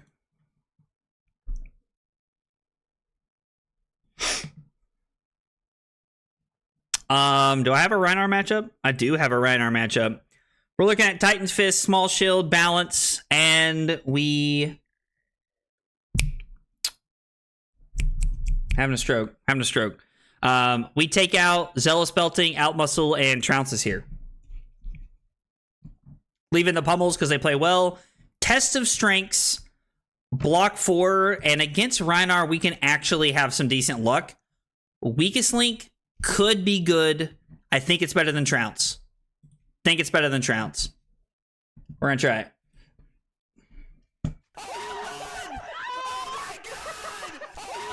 Yo, he said more stream, more gold. Let's go. Mr. Chips with that 5 months of Prime support, brother. I appreciate it so much, man. I can't thank you enough for that. It really means a lot, man. I appreciate all the support, man. And the 5 months of Prime. Let's go. He said another month of savage good content, dude. Let's go. Thank you, Mr. Chips. I appreciate it, fam. I think this is E-Strike the Rowls on the bottom. And we get to Arsenal the Pummel. Still waiting for my Olympia Demi Hero. I'm not gonna lie, makes me sad, Brad, but I think you might be waiting on that one a while, brother. Makes me sad though. I don't know why he didn't pitch stack. So I think a lot of people, Liam, aren't really running the like pitch stack like D-React version anymore. Most people are off of that kind of stuff, so that's probably why he wasn't pitch stacking and trying to set up to play that kind of game if that's your thing. Waiting on my Olympia retirement card? Retirement card? What do you mean? I'm not following. I'm not following. Well, I've only got two things to say. God bless our troops. God bless America. And gentlemen, start your engines! I love that Kevin James noise. I hear it on TikTok randomly. Hear it a lot around 4th of July, I've noticed every year. I think that's what he says. A typical Guardian player trying to crush my dreams? Bro. Oh, that's fantastic. I love it. Oh, man. That was good. That was good. I like that. If he pummels this, I was like, I swear.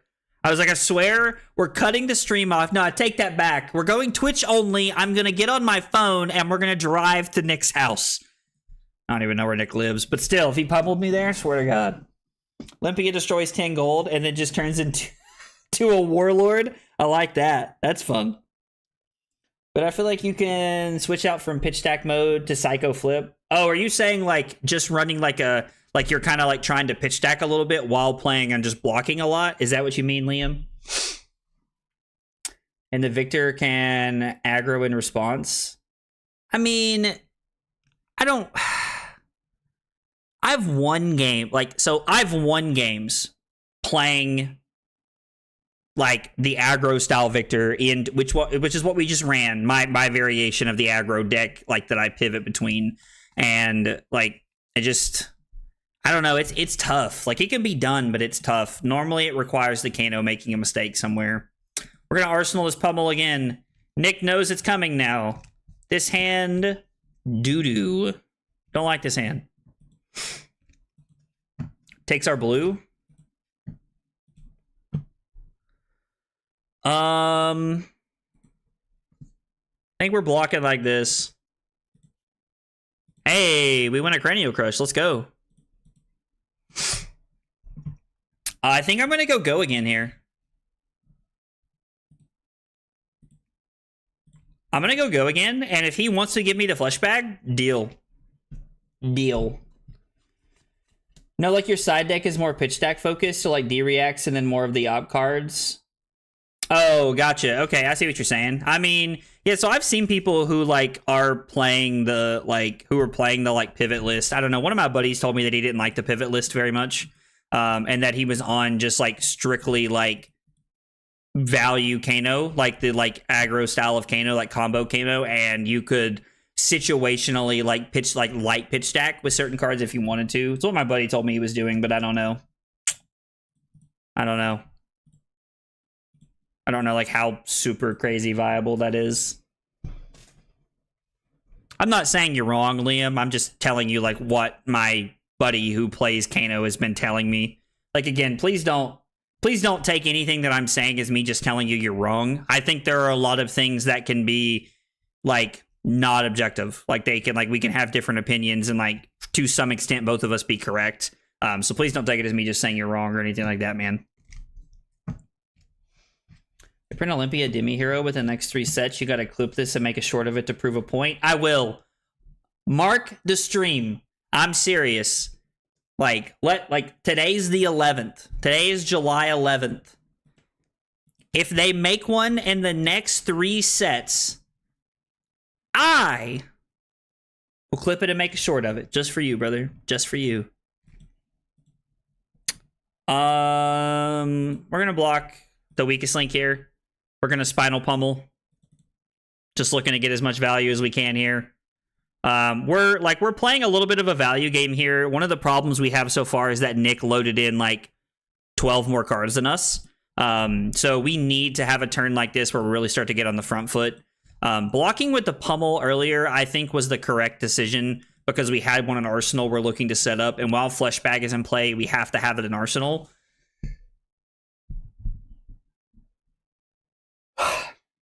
God, I hate when sneezes fake me out like that, bro. I swear. Oh, gosh, that frustrates the shit out of me. Anyway, like I was saying, after all of that, we're going to need some good tempo here. We need to start, like, making Nick block and stripping cards out. There are variations of Rhar that are playing, like, Remembrance, and so they can try to play, like, up to 6 copies of BRB in a game. So it's really about, like, just making sure that we are pushing offense and staying on the front foot here. If Nick blocks with 3 cards, I'm just going to pass.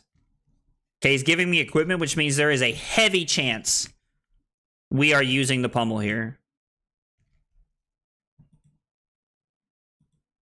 I mean, Spinal Crush is active. I'm not going to pummel him here. I'm pretty happy with this exchange.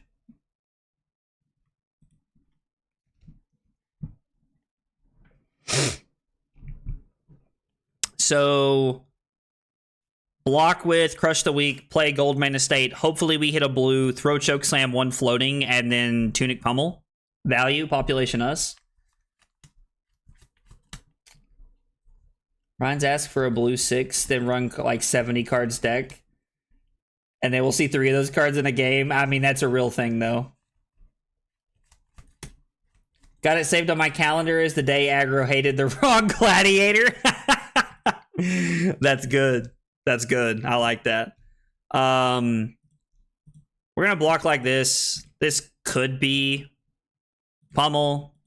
Not likely. I mean, Nick could be playing Pummel, but again, I just don't know that he is. So let's make a 3rd gold and 3 mites here. Rip a blue, please. You'll love to see it. If Nick does not give us the Flesh Bag, I am most definitely going to play the Pummel here. Just trying to get value. It's 36-36. We are catching card Nick, quote unquote, on like card size here in our deck, trying to even things out a little bit and make this a little bit cleaner here.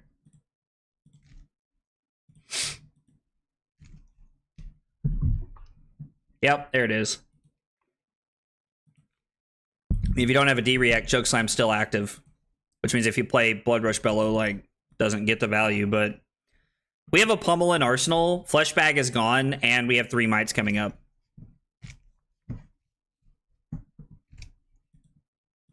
I mean, like, deal. His claws are still for 5 here, but I think ultimately, like, we're winning this exchange.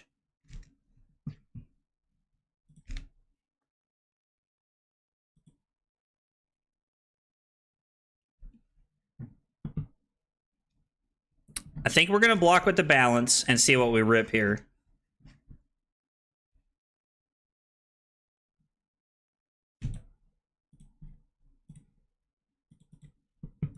I mean, we've already seen 2 Sin Packings, so we're kind of paying attention to Command and Conquer to see what happens here.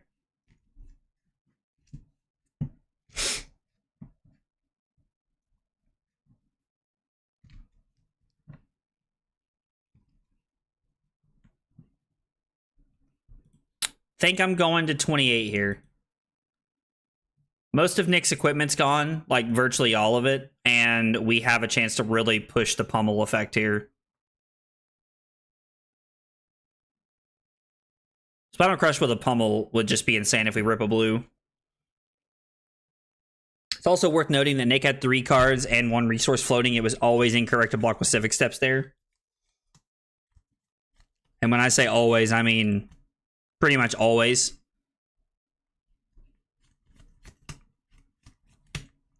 I think Nick's debating what he wants to do. Another Sin Packing. This one's going to be for 6, so I don't really want to crack the balance. Maybe I do. Yeah, I think we need to, because if we hit a blue, which we did not.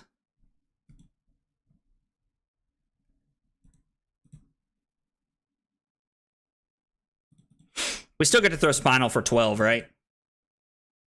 Like, this hand's still fine. We just get to throw Spinal for 12 here. Would it make KO's other arm his signature weapon? I mean, it would have been cool if they would have given, like, KO 2 arms and, like, made the other one his signature weapon. That would have been pretty sweet. It would have solved a lot of problems for, like, the people who are going to try and figure out what to do with Brute Life after claws are gone.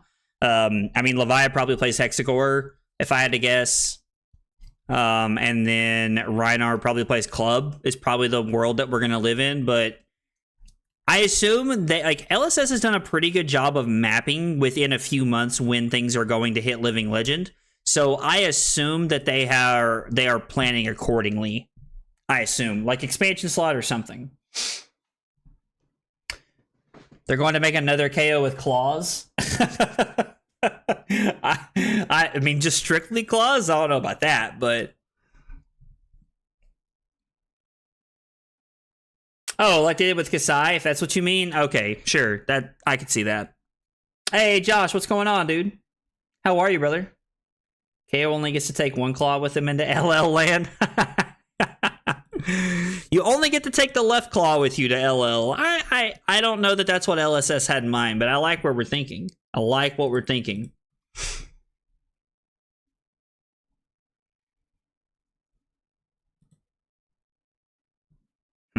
I mean, we're just gonna play one of the pummels here.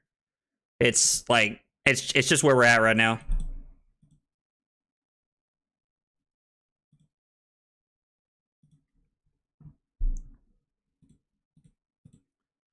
We're going to play the pummel and arsenal this pummel. Now, Nick knows that the pummel is in our arsenal, so he can choose to play around it. He can block with the scabs if he wants, but if he does, we're definitely just going to put a counter on the tunic and just, like, get the value here. You're good until you see me playing the horse again? I mean, listen, horse life. That's how it is, Josh. Horse life, fam. That's what everybody voted on, man. That's what everybody voted on, brother. Go. You love to see Yo, Brandalorian89. Thank you for the follow on Twitch, brother. Appreciate you being here and hanging out with us tonight. We got 3 questions we ask everybody when they're here for the first time, man. What's your name? What got you into Flesh and Blood? And what are your favorite hot dog toppings? You live in a part of the world hot dogs aren't really your thing? Let me know something else you like to eat, man. I'd like to learn a little bit about you. Once per turn action, 2 resources when this attacks intimidates. Ooh, that's cool. Bro, Liam said that Levi is going to play Rock? Or, like, for realsies? Do you mean that for realsies, Liam? Or are we, like, trolling right now? Because if you're being for realsies, I need you to share with me the sauce. Because who wouldn't be intimidated when they're being beaten down with an arm? I mean, I like that. What just happened?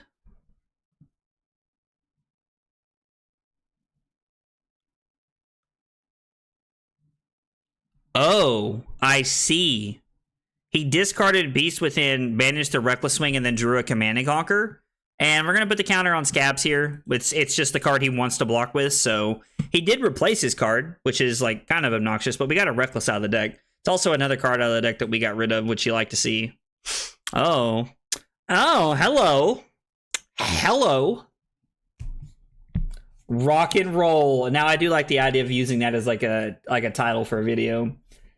Been playing it in Commoner with Bonebreaker Bellow and Lead with Speed. I mean, it is really cool, right? It is a very cool card to be playing. Just to be able to play... playing, like, the club is really cool. I do agree. No, it's a joke, but man, I want to play it. I have also been there, brother. Also been there. So... we're gonna take... we have 2 golds. We're going to take a little bit of a greed monster line. Hope Nick doesn't have the pummel. I don't think he does, just based off, because the Command and Conquer came into his hand that way. Oh, maybe he does. All right, Nick is playing the pummels. I am going to discard Command and Conquer. He's going to get our last pummel, and then we're going to play Gold Main Estate. So Nick got some pretty good value out of there, but we're still in a decent spot. 4 mites, and we're going to throw the hammer. Nick is also worried about life total. Like, if you are winning the life total race at some point, you are thereby winning the card race. Winning life total at some point will win you the card race. Make it into a legendary KO spec for Shania purposes. Mello said, I don't think there's any rock sauce. I mean, I don't think there is either, but I'm always intrigued when I hear about some sauce like that. Everybody's always got my attention randomly. This for 14. This for 14. I'm just saying. Cast Home's doing his job, son. Enigma begs to differ. Once she goes below 10, I feel like I never hit her again. Okay, check one for Mello here, because he right. That it just do be like that sometimes. It just do be like that sometimes. Favorite deck right now? Oh, did you send him the message, Brandon? I'm sorry if I missed it, brother. Oh, here we go.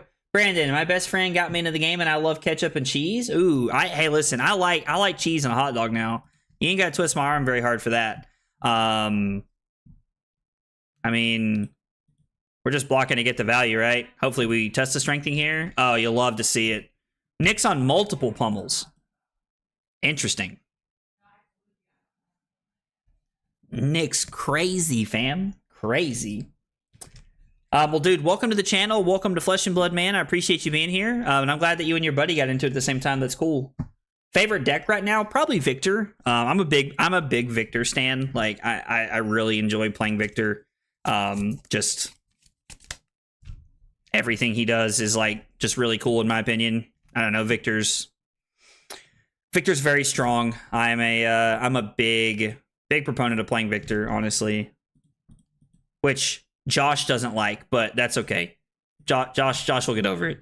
14 overpower, sir. Almost enough. We still have 2 more Golden Suns in the deck, so that's good. And we know he has a pummel. Hot Dog Toppings is a trap. Obviously, the stupid hero. Dude, shut up, Josh. My brother and I almost started a YouTube channel where we played games using a card that we each made up for a deck. Dude, Brad, you should do that. That would be awesome, brother. Like, that would be awesome. You could do like literally once a week videos where each person makes up a card for the other person's deck. You each pick heroes on one day, and then you make up cards. And you play that one card in the deck. I'm not gonna lie, man. That's a really cool idea. Nick going to 1? Okay, gives me sync. Yeah, here we go. Victor's really cool. I love Mechanologist, but I'm trying out Enigma as a change of pace. I mean, that's fair. I get that. Like, sometimes it's nice to take a break and play other things. That makes a lot of sense. I really like Mechanologist too. Dash was the first hero I played when I got into the game. So I'm actually a big fan of Mechanologist class as a whole. I actually played Dash.io a couple of times a few weeks ago, and I mean, I got rinsed, but it was fun. I had a good time. Trent said Josh is just a baby. Josh is just a wee little baby.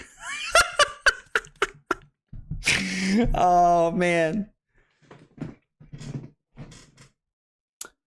We actually almost pulled the trigger on it, but some stuff happened on his end. He's not able to play Fab anymore. Well, dude, I'm sorry that your friend's not able to play Flesh and Blood anymore, man. That's, So he bought him the Sink Below? Discarded the Skullcrack? That's sad to hear, man. I hate when you can't play games with friends, so I'm sorry to hear that. That kind of sucks, man. I hate that. Imaginary card, the Old Maid. Play this card and you take 40 unpreventable damage. Okay, Trent's living in Christmas land over there. But yeah, the rest of us here on planet Earth, Trent's living in Christmas land. Josh said, Trent, I no longer know you. Oh man, I love the like friendly like trash talking banter amongst people like in the chat. Like it's a good time as long as it remains friendly, you know, like friendly trash talk is fun. Like there's a line when it becomes unfun. And you know, I mean, at the end of the day, like it's cards, right? We're all just playing cards to have fun. So We had an actual rule where the base design of the card had to feel as balanced as normal fab would. Okay. Okay.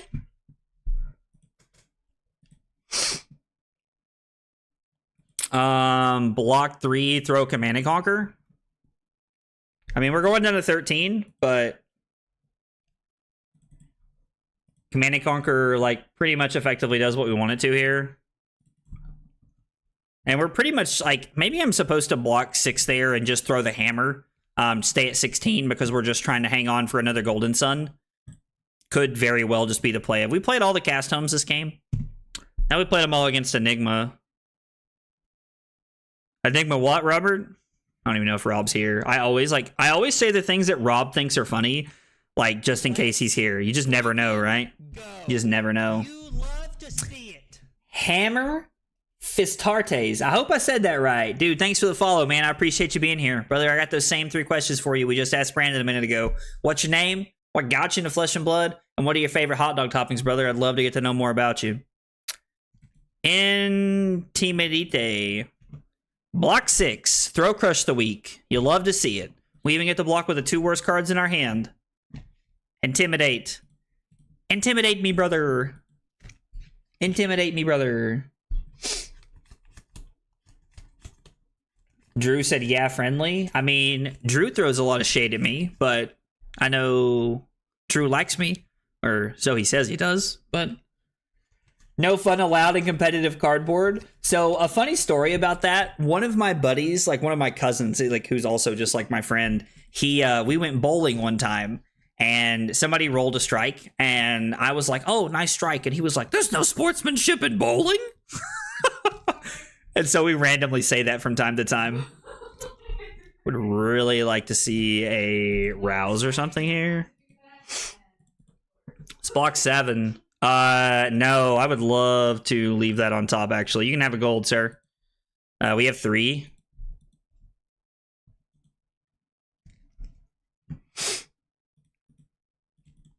We're going to play this, then try to play the cast homes, probably off the tunic, and then try to go ham. Drew doesn't just like you. Hey, Drew doesn't just like me. That's right. Josh is gonna know when I steal the official blood deck counter off his freaking back. Oh my god. Alright, it just got too serious. Trent's coming for blood tonight. Yo, Chris, what's up, brother? How are you, man? My opinion, I always go for getting the most cards out of Ryan if he gets a big Intimidate turn, even at like 20 HP. Yeah, it can be over out of nowhere, that is for sure. That's why I like having him low, because it means that we can force him to block situationally, right? So I'm a big fan of that. I'm curious to know if Nick just wants to block 6 here, or if he's actually attempting to stop the no block text here. Claw me. Claw me, Dad. Oh. Oh. Oh, cracking the old Goldski here. Little Goldski. All right. I have to say, I didn't see that coming this early. Oh, you love to see it. You love to see it. I feel like if there was a compilation of all the times that I've said this is bananas or you love to see it, like, I don't know. We would have a video of me saying that a lot of times. Classic. Classic Pat. So, randomly throughout the stream, I just say classic Pat sometimes. One of our buddies, his name's Patrick, and like we all call him Diablo. He comes by and hangs out in the chat pretty regularly too. But if you guys ever hear me say classic Pat, just know that I am referring to Diablo. Like we got Diablo on the horn. Diablo is also the person that I drunkenly taught to play Flesh and Blood that night. If you unmovable me again, you son of a... Just die!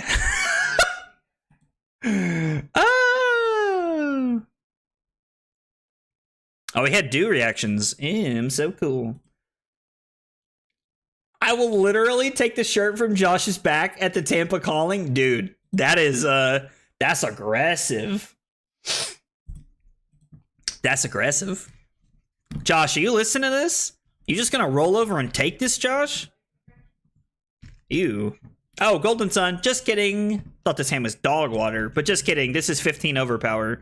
Oh, Roll scabbies. Man, I love it when a plan comes together. Can't pummel the claw, so we're gonna block with chokeslam, arsenal the spinal, and we're gonna throw 15 at you. And if you can block that, then if you need me, I'll be playing with electrical wires in the 4 lane. Give him the business. Buddy got me into the game, but Oldham kept me in it. Hey, let's go. A lover of Oldham, my man. I loved Oldham, brother. I played a lot of Oldham before he LL'd, fam. Played a lot of Oldham. I get that. Josh is trying to sign into his YouTube account to talk back. Hey, Annabelle, welcome back. Welcome back. All right, that's still 7. That's still lethal skis. I've just started throwing skis on the end of every word. Hey, we did it, boys. You'll love to see it. All right, we ended up getting there. AVPT of 13.69. Over 14 turns is not bad, to be honest. What have we pitch stacked? So we're going to Arsenal the Spinal Crush, which means if we didn't have to block next turn, which with our Go Again hand is very possible, we had 7 Go Again into Spinal Crush. It's not bad. Yeah, I'll rematch Nick. I like playing against Nick. Nick's a good player. We both drive a lot for work, so we would just spend hours on the phone making up imaginary fab cards. Yeah, see, it's really cool that like you and your buddy got to do that, man. You know, like not everybody gets to have that with their friends and like play card games and stuff. And I don't mean that in like a bad way towards you. I mean that very sincerely. Like it's awesome that you guys get to have that. It's really cool. I am gonna throw Spinal here because I want to take cards out of Nick's deck. So he loaded 69 and we loaded 55, 7, 8, 9.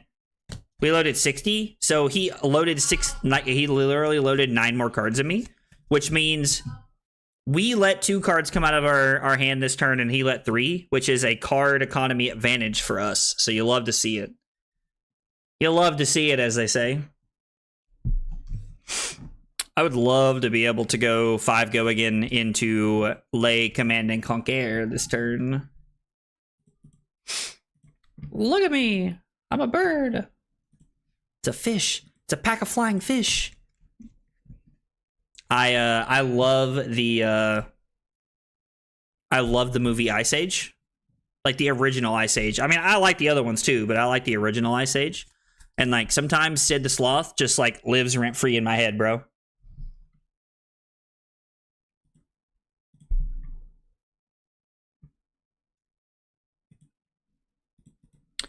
I mean, yeah, we be blocking 6. We be blocking. I mean, let's just save it, right? Let's just throw hammer here. Turn kind of sucks, but I mean, I don't think I'm supposed to take 6 to throw E-Strike and a hammer. That's right. My man said you love to see it. Heck yeah.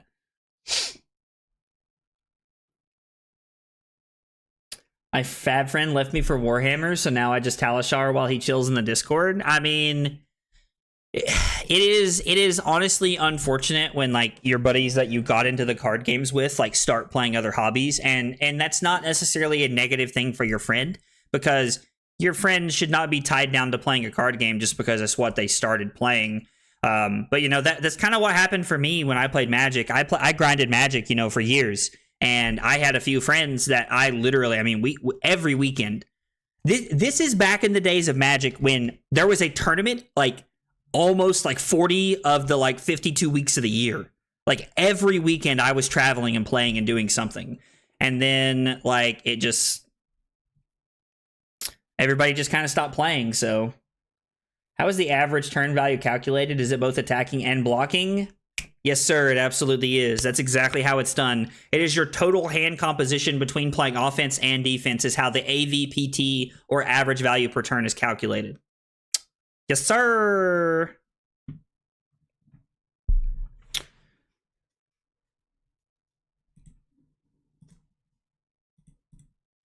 So we gonna do it and see if he calls my bluff here.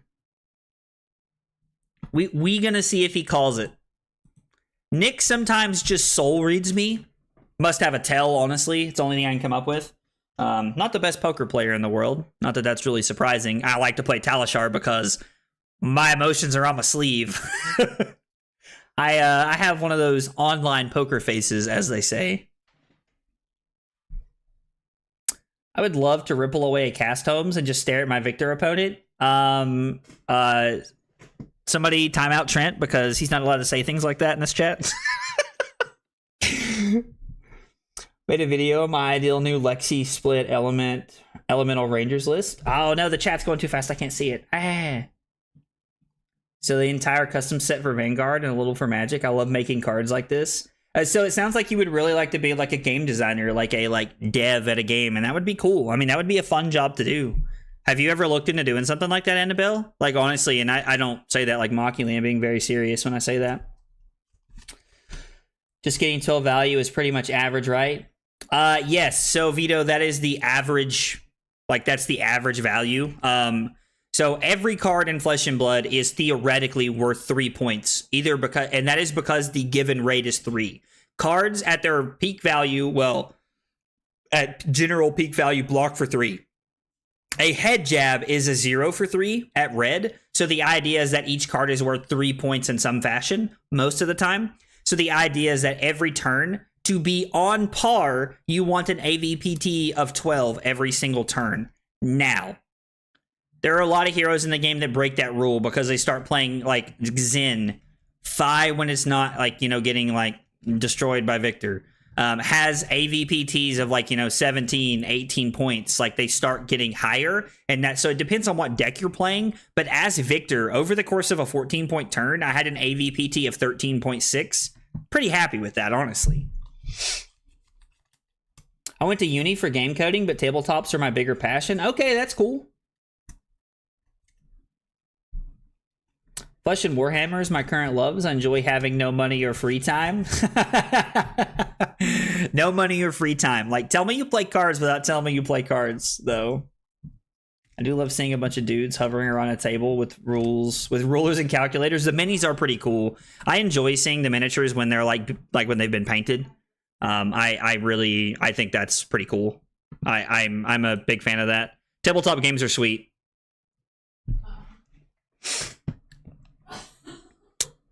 Hopefully we win this natty. Well,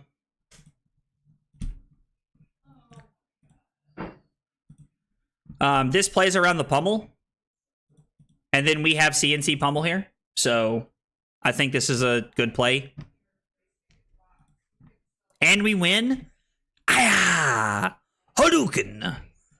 You love to see it. Even if he doesn't have the pummel there, knowing Nick's list has like totally bought me the respect of like playing around it. 4. Ooh. Sag. It's okay. It's okay. It could just get intimidated, so it's an okay card to pitch. The fact that we're getting ready to throw this with the pummel, bananas.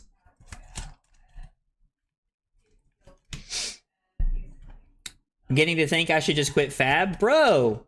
Whoa. Wondering, why do you say that? Honestly, like bring me in, man. Like tell me what happened. And this is not a joke. If you had a bad Flesh and Blood experience and you don't want to share that publicly with everyone here, you are more than welcome to find me on Discord or Twitter or anywhere and send me a message and I'll talk to you about it. I mean that very sincerely. Like, it's a great game. In my experience, it's a great community. That is not everybody's situation, and I understand and I respect that. So if you had a bad situation, I like to hear about it, man. Just been having a rough go at it. I mean, it's unfortunate, but sometimes it's like that. I get it. Sometimes it's tough out there.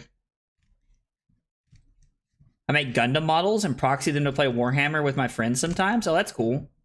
I had an AVPT of 14 against Xin today. I mean, that's pretty good, I would say, especially with Rhar. So I'm in the process of painting them and perfecting my Riptide deck. Man, that's 2 very expensive hobbies together. I think we want to 10 overpower here. Or I'm sorry, I think we want to throw 14 overpower and pummel this. Like, I think we're just taking 6. We can push our life lead quite a bit and play the pummel here. Playing against Victor makes me feel bad.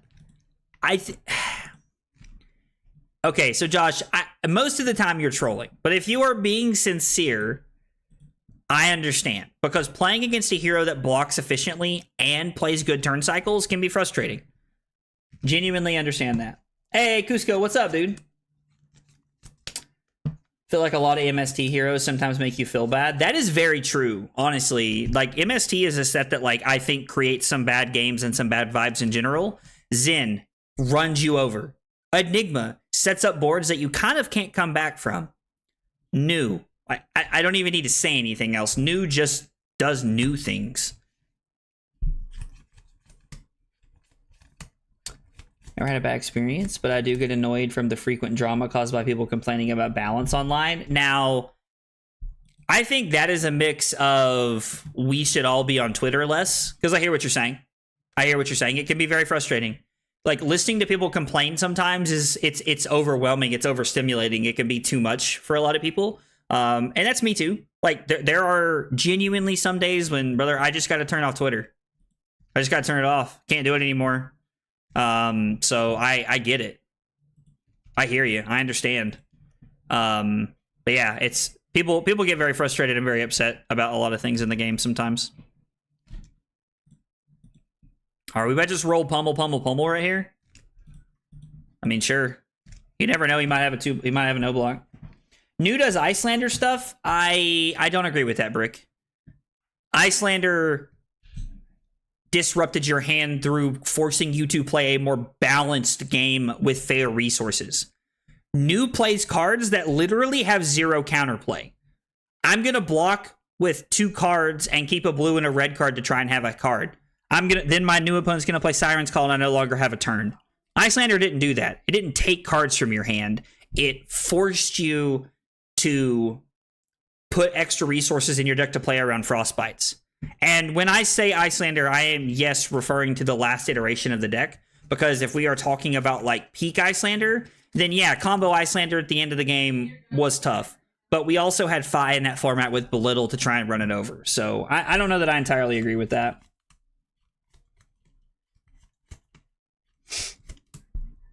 Victor does feel pretty bad to play against ever since he got cast homes. Yeah, it can feel really bad. I wholeheartedly agree with that. Wholeheartedly agree with that. The MST heroes maybe want to quit the game completely because of how overtuned the specific cards are versus me wanting to play Vincent. I mean, I get it. Truly. Like, I am empathetic to that feeling as someone who, like, has played multiple card games over the years, and like there are just cards and sets that come out and you're just thinking, God, I don't want to have to deal with this. I just want to play the game and I want to have a good time, and like I want to play on like a semi-competitive level or even a competitive level and not have to think I'm gonna die on turn 2 to so pummel, swing big, and a blue. And you want to be able to play the game without going, yeah, you know what, I might just die here on turn 2 to Zen. Like, that's frustrating. I get it. I understand. Give me Icelander again. I would love to have Icelander back in the... I would love to have Icelander back. Yeah, he did have a very good defense for Golden Sun there. Agreed. Agreed. Like, I threw 18 at him and he almost covered it up. People who won't play around Disruption are just babies. I stand by this opinion till the day that I die. So, Disruption and New... Like, so there is a disruption for the game that I feel has a positive spin and a positive outlook on the game. And then there is disruption that I think genuinely just like makes the game not fun. And cards like Siren's Call are that line for me. Genuinely. So like New is a deck. Oh, we had another pummel? That's unfortunate.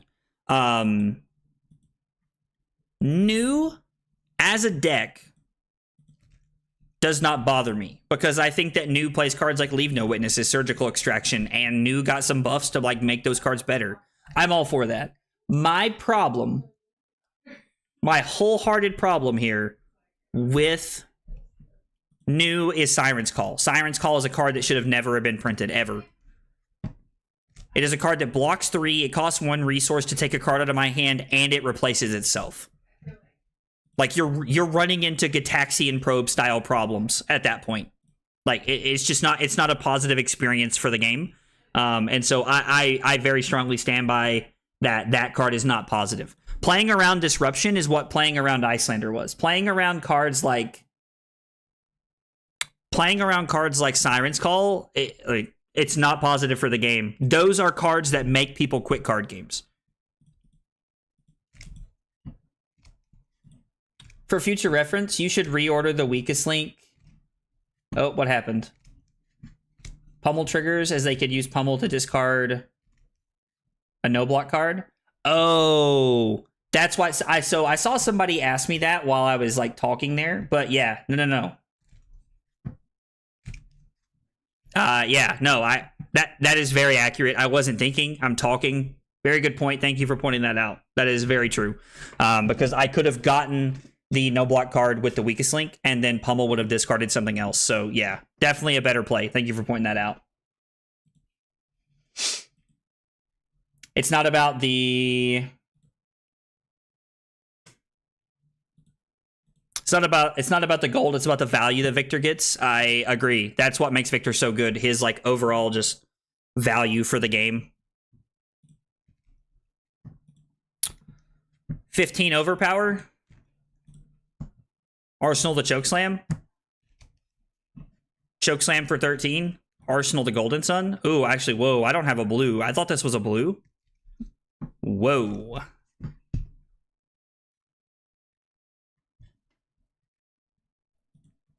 Chokeslam for 13 is what it looks like then. Just kidding. I did play against a guy today whose name was Siren Call Sucks. LOL, that's hilarious. Mask of Recurring Nightmares. I like Mask of Recurring Nightmares. Like that is a very, like, don't get me wrong. The idea of like being able to like thought seize your opponent's hand like multiple times a game is pretty dumb, but it's one card and it is something that like depending on how you play, I can very clearly play around it. Siren's Call is very difficult to play around because it works with Hiss, it works with Venomous Bite, it works with the arm piece for +1, it works with a lot of cards, and that I do not like. I do like Mask of Recurring Nightmares, though. I think that's a very balanced card. Just whiff. It's unplayable into like 3 matchups. I made a Fatigue Riptide list that just Rex knew. LOL, I like that. From the new set, but I enjoyed playing Thoughtseize deck. So I mean, so Vito, I'm not like trying to take a crap on people who enjoy the card. It's a good card. If you like that kind of stuff, you should play it. It's in the game. I'm not one of those people. I'm not one of those people who's like, oh, like shouldn't play this, blah blah blah. Like that's not how cards work. It's in the game. If you enjoy it, play it. Period. That is a hill I'm actually willing to die on. But I don't like cards like Siren's Call. I don't know. Like the fundamentals of it in Flesh and Blood are negative. And I hear everybody's argument into like what Annabelle's saying is that you can miss. You can miss. You miss against like a couple of decks in the format that matter. It has good play into Dash. It has good play into me. It has good play into Zen. It has good play into KO. It has good play into the Mirror. Like, it has a lot of good matchups that are very relevant. It's good into Enigma. The problem, like, where you don't get a lot of value out of it is Aelia. It's like one matchup, and you already have a like decent matchup into Aelia, so I don't think that's like a... My opinion is that the argument of, oh, like, it's got this or it's got that. I just don't think that's a great counter argument. It doesn't feel like a very solid counter argument to me because I think it's better than it is bad.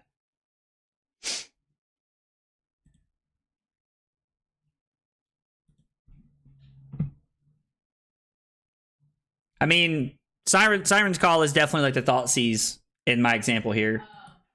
It's unplayable into Ranger, Bolton, Prism, Kano, Vincent.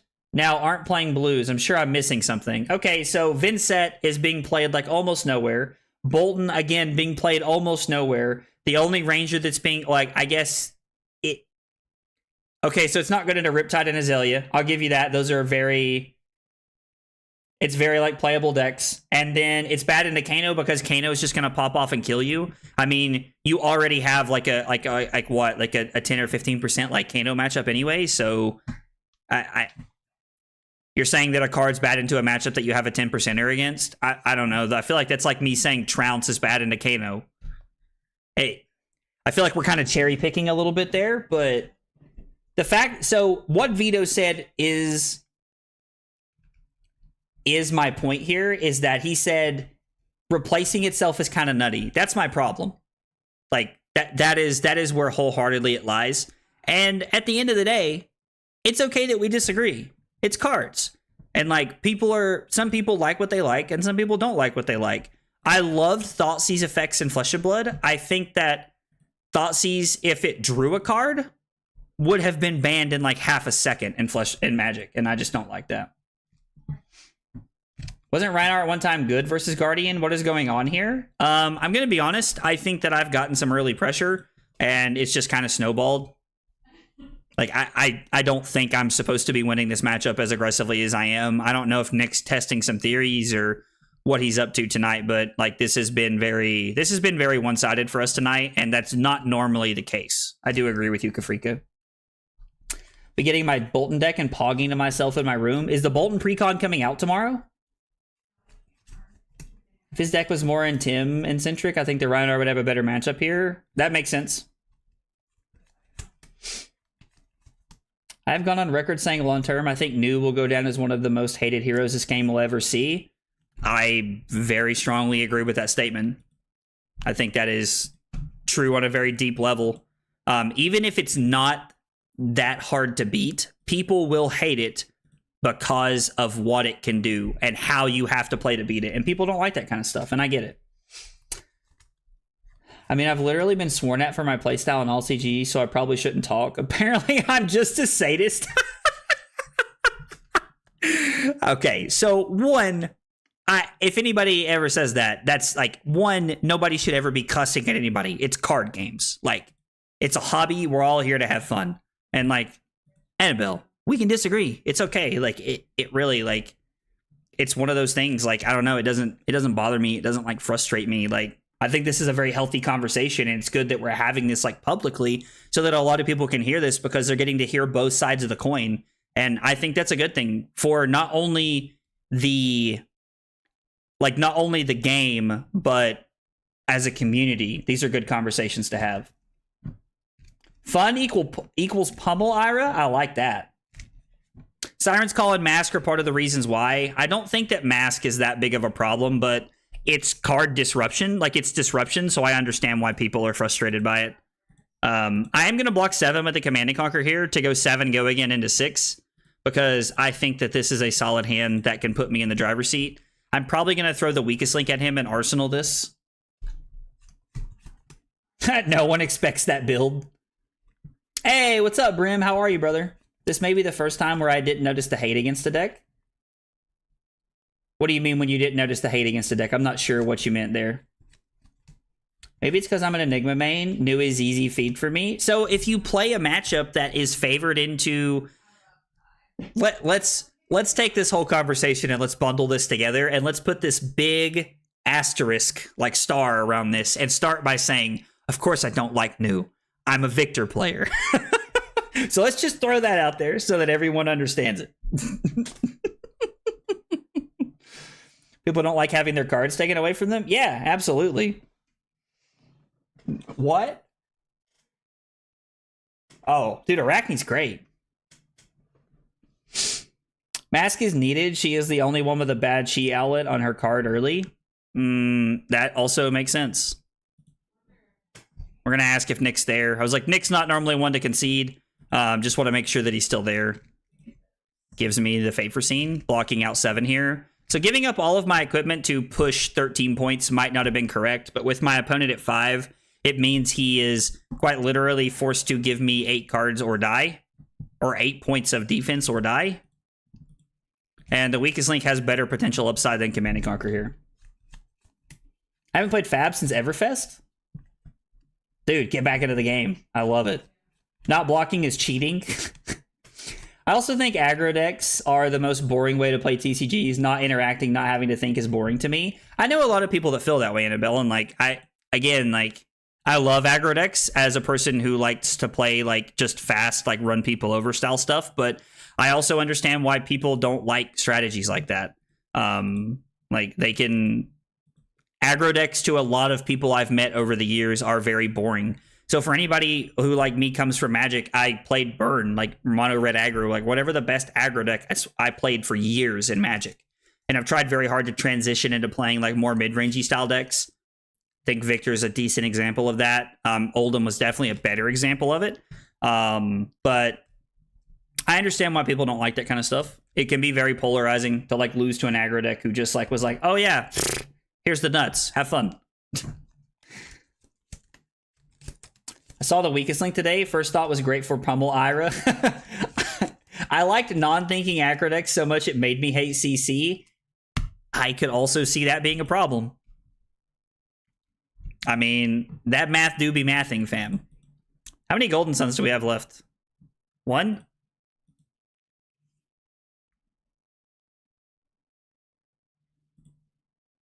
Azuri could be a good counter. I don't know. Truthfully, don't know. It could be a good counter, though. You'll notice we're now at the point in the game where we are like slowly fatiguing Nick here, which is what we want to see.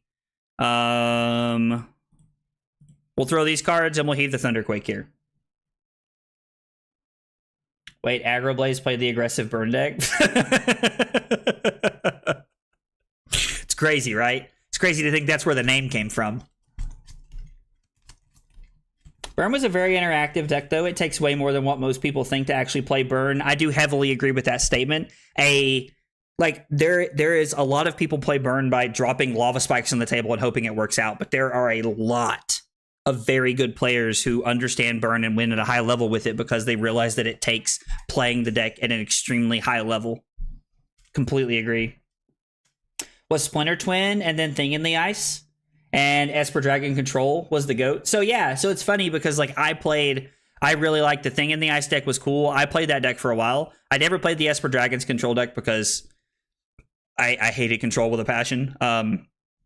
Also, Exquisite Firecraft was in that format, and I just killed so many people with Exquisite Firecraft that like they would like rage monsters. You gotta let Tunic resolve, brother. Gotta let Tunic resolve, brother. Yep, now it's resolved. You can play it. Had anti-effects and Charizard effects. What do you mean anti and Charizard? I'm not sure what you mean. What's the best pummel deck right now? I mean, probably Victor, right? Right, I guess. Like, probably just Victor. It's probably just the best pummel deck.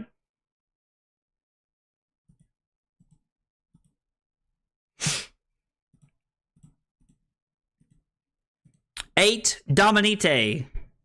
And we are now winning the fatigue game. Only block Oldhim made... Playing Oldhim made you hate Fab? Apparently Modern has incredibly broken deck. Oh, are you talking about the deck that just won Modern Horizons 3 PT? Because I did see that deck and it does look very dumb. Oh, anti, not anti? Okay, I gotcha. Oh, Fatigue Oldhim made you hate the game? That makes sense.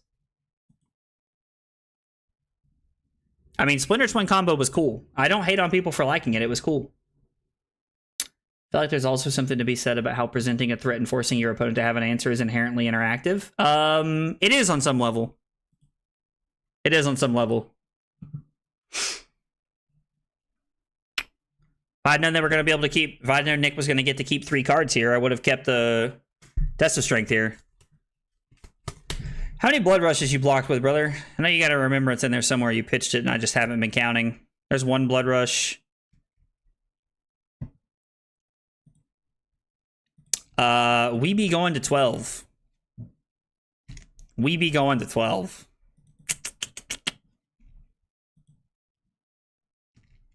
Claw number 2. We go to 5. He lost a Reckless earlier, right? Yeah. So we're gonna go to 5 here because it's Rouse into it's 7 into 7. Which again buys us back our tempo that we want here. I mean, wait, is this wrong? Does A dominate just win the game?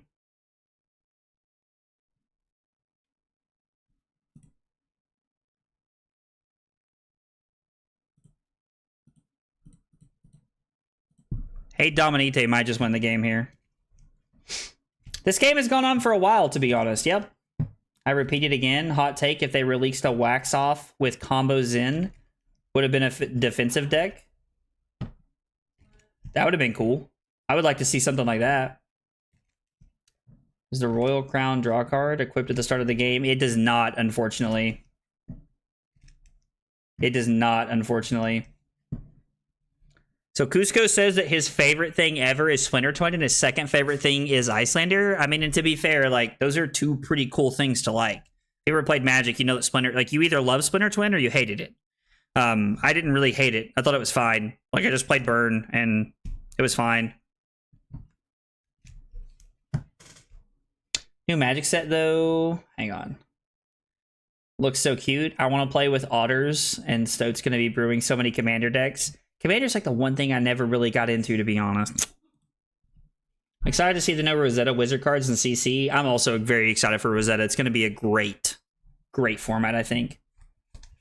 I love Ice Heroes, man. Like, honestly, like, I know that that's like not a... Every name was taken, 714. I love that name. But, I mean, I think that... I don't know.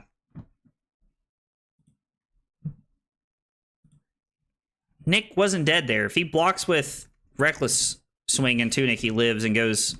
He blocks 5? Oh, no, he doesn't. I'm sorry. He blocks 5 and takes 3, so we were going to get there either way.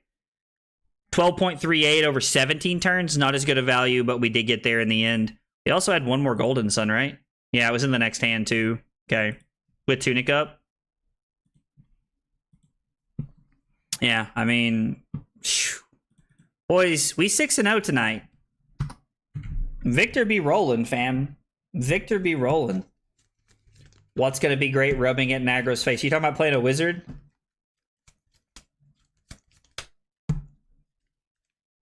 Talking about playing a wizard, man? Borrowed my friends for a long time. I'm a big Weasel lover, and we got the new Weasel Commander. Can't wait to play him. Plus, Otters are Is It Spellslinger, so gonna love them too. That's cool, dude. I want to like MST and Enigma for the rest of the year, but Florian has my attention by Art alone. So there's a lot of new things from the new set that have my attention. And honestly, Martin, like, felt that though, brother. Felt that though. Where were you when Twin got banned moment? I like that. The death of Victor was greatly exaggerated. Yes. Yes. I cannot say that loudly enough. Maja Bay's happy to have a wizard that isn't Kano to play. That also is very true, I think. I don't know. I haven't heard him say that, but I believe it. What's Victor's ability? Victor's ability says anytime you would create a gold from your effect, you draw a card. And it says the first time you would fail to win a clash, you may destroy a gold you control and choose to put your or your opponent's top card in the bottom of your deck and reclash. So it gives you the ability to like draw cards defensively with cards like Trounce and Test of Strength. Sadly, I will not be at the world premiere. I wish I was, but I'm not. The only one I'm excited about, Aurora. Is that the Lightning one? Because that's actually probably the one I'm the most excited about.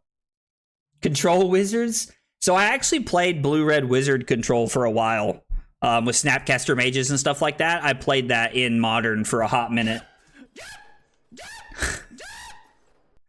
Just wanted to say tonight just felt like a classic Asper-based stream with great discussions and games. Why I got into your content in the first place. Dude, Trent, with the $30 dono and that hilarious noise that I forgot I set up, brother. Thank you so much, man. I can't thank you enough for that, man. It really means a lot. I really appreciate that, fam. That's great, man. Thank you so much, dude. I honestly, it sounds kind of cheesy, but like the words are like nicer to hear than the money almost. Like, honestly, like I really appreciate that, man. Like there was like honestly, and I haven't really talked about this, but I felt like I was forcing playing KO for nationals, and I was enjoying it, but I was not enjoying it nearly as much as I have been recently. And so like playing Victor and like just kind of like playing decks and having a fun time over the last couple of weeks has been very like invigorating for me to get back into the game and want to play more and like just being active more. And so I've really enjoyed it. So I really appreciate you saying that, man. And I also really appreciate the dono. It means a lot, dude. It means a whole bunch. All right. I missed some messages here. Yeah, the Lightning Room Blade. I actually really want to play the Lightning Room Blade. I pulled out my foil Lightning Surges the other day just to be ready for it. It's a great night to come back to the stream, Martin. I appreciate that, brother. 100%, and I refuse to listen to you. I never refused to listen to you. I just disagreed with you at the time. It just turns out I was wrong.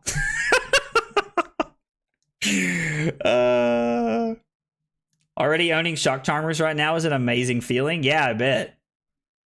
Yes, Martin is right. Y'all should smash that like button. If y'all are hanging out on YouTube, please hit that like button. Also, if you're new to the channel, wherever you're watching, wherever you're hanging out, be sure to hit that follow button. Really appreciate it. Mean a whole bunch. This is tough.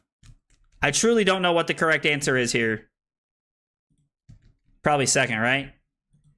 I don't know if this is correct or not. I have a Guardian preset up here. So we go with Nothos, Crown of Providence. We could go Crown of Dominion. I don't think so, though. I take out Trounce's Weakest Links and Out Muscles here. We're running Pummels, E-Strikes, Zealous Beltings. We would like to try and get value off of Cast Homes, but, you know, doesn't play well with Hammer. We might just end up blocking with it.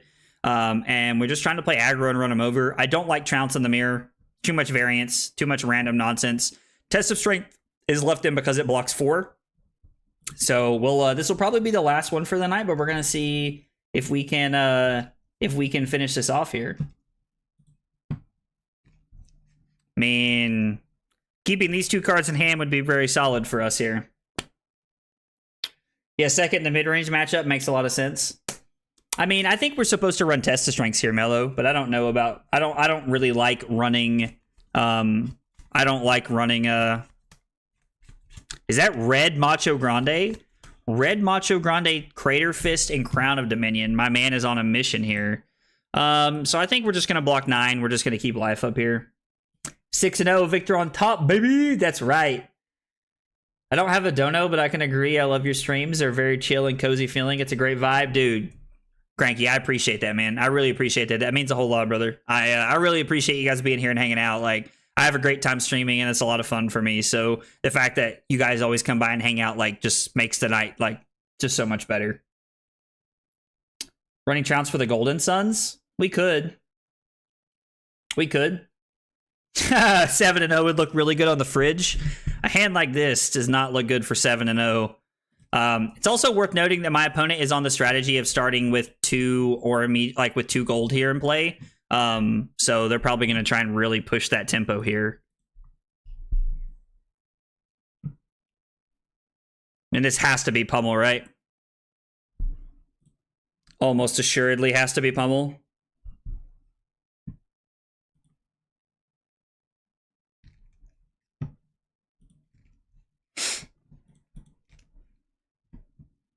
So are we currently winning? We are. We have an 8, they have a 7. They're probably pretty inclined to break the gold and put ours in the bottom. It's a pretty decent bet that I flip a 6. Considering they have a 7, I would. They choose not to. Yeah, they just play the Pummel. We're going to discard the Debilitate. And we do lose our Pummel to the bottom of the deck, which is unfortunate. I'm going to throw Hammer for 4 and Arsenal to Spinal Crush here. Our opponents had a very good start compared to ours. They're also playing cards that are just better in the mirror. They're playing like hard aggro. Ooh, running. Wow, really? No, I don't really want to. Wow. So this is kind of the variant side of the matchup. They reveal a Golden Sun, so they create 2 golds and they win the Trounce. It's very unfortunate for us. Jesus, is this Rouse into Golden Sun? Jesus.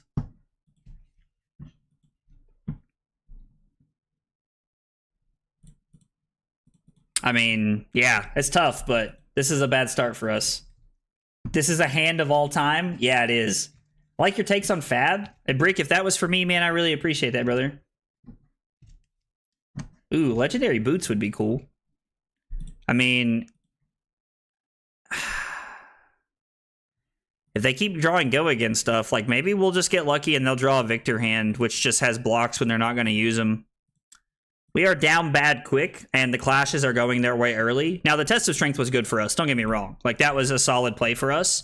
But them winning a Trounce, the fact that they're running Trounces is honestly kind of hilarious to me. Yep. I just don't think we can do that.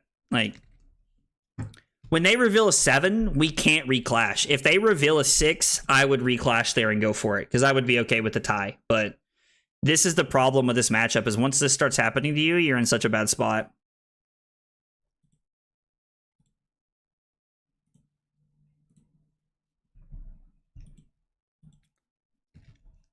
We have a 5 and they have a Goldmane Estate.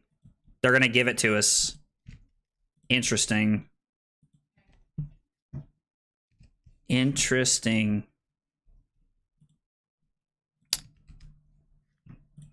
I'm going to use Tunic because if I hit a good blue card here, I can play the Zealous Belting, which is not the case here. We do make 3 mites, so we're going to send 9 and then Arsenal. Well, I like your takes because I agree with them, or are willing to see a different perspective. I mean, I think being able to see a different perspective is very important. Just in general, I try to like really pride myself on like being able to see a different perspective.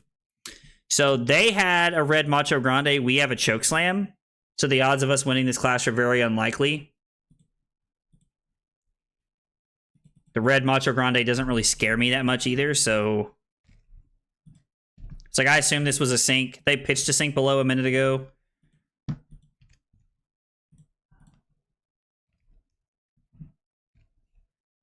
Right now, this hand, I mean, I guess we're just going to crown this away.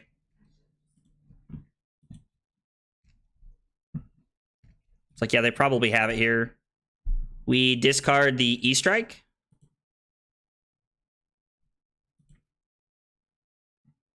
I can pitch Chokeslam. Or if I discard this, I can't discard this Chokeslam. So it's discard or it's E-Strike or, yeah, it's E-Strike, right? Yeah, it has to be E-Strike here. It is unfortunate, but that is the world we are in right now. I can also tell I haven't played the Guardian Mirror in a while. I feel very uncomfortable right now. Probably because I'm down 17 points, but I mean, Victor does high roll. Aggro's takes are great, except on new best deck. Oh, hey, you have some really good opinions, unless we're talking about this. Oh, I like that. That's funny. Yeah, 17 points and a lot of gold. It's not looking good, guys. Just in case you guys aren't versed in the Guardian Mirror, it's not looking good. We need to draw something good fast, like yesterday. Are they just heaving a Pulverize here? They are. Well, let's push the tempo, doing what we can here. Tunic's coming up, so they only have to keep 2 cards if they have 2 blues. Just wait till Earth Heroes use new to banish their cards. Ooh, that would be cool. My different perspective is MST is super underpowered and Teklo is busted. Ooh, tell me more about that. You got my attention. At first you had, what's he say? What's he say? At first you had my interest, now you have my attention. I think that's what he said. That looks good for me because every time the horse loses, I'm happy. Well, good for you, because let me tell you, one of the horses is about to lose. It looks like it's us. Yeah, this guy's on a list, Trent. Like he's playing cards he's legally allowed to play.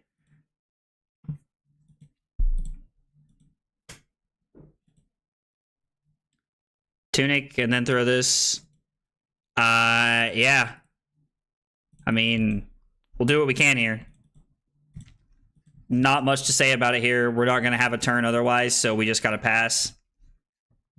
I can Golden Sun for 10. It's the last Golden Sun in my deck, which is unfortunate. We had to block with one on turn 0.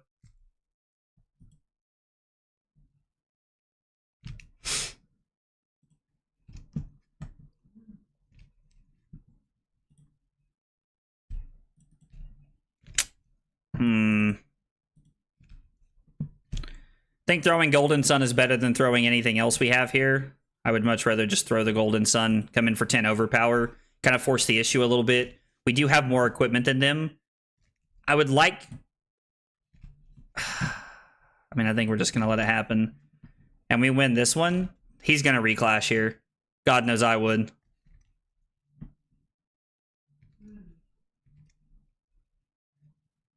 Yeah, I was like, he should reclash here every time.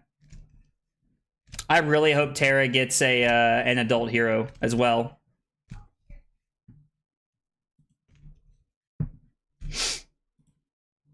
People are just saying the super bad MSD cards are so good. LSS gets good sales and no one plays Teklo because he's so strong. And that as a community, we agree to stay away. Now listen, that's some sauce right there. And you living in it, brother. I mean, listen, I respect it. But you deep in some sauce there, fam. That's some sauce and a half.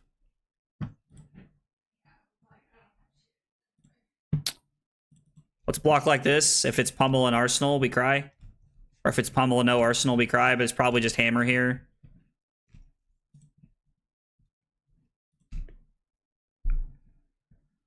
Block 3, throw 7, Arsenal Zealous. I mean, I think we need to block on these turns. I think it's important. The Crush the Weak doesn't do much, but... So the problem with my list right now is if I start playing the Guardian Mirror a lot, I have, like, no tech for the Guardian Mirror. We're not on Pulverize. We're not on, like, Red Machos or anything like that. We're not on, like, even Saint Belows. Like, we don't have Staunches. We don't have any Guardian Mirror tech right now. So our deck is teched very well to beat the rest of the meta. That's not the Mirror. What is Cusco talking about? 2 new attacks that are on hit.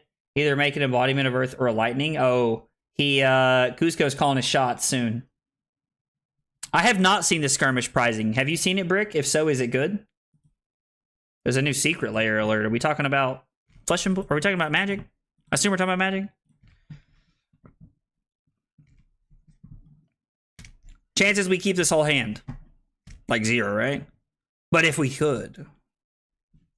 I mean, if we can keep this whole hand, this is like an 18-point turn.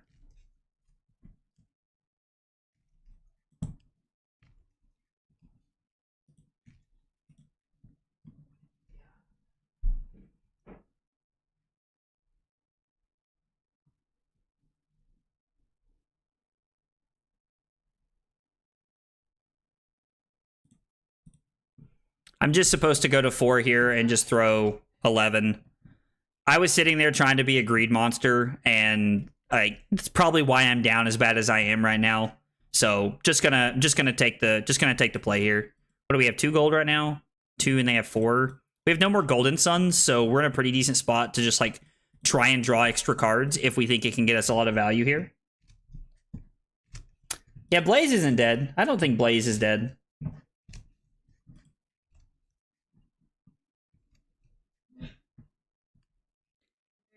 I think, again, like with the red 7, I think this is worth it. They reveal a blue debilitate and we have a red 7.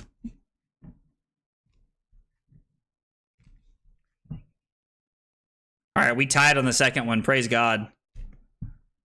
I mean, if we don't tie on the second one, we're like down bad. But it's okay.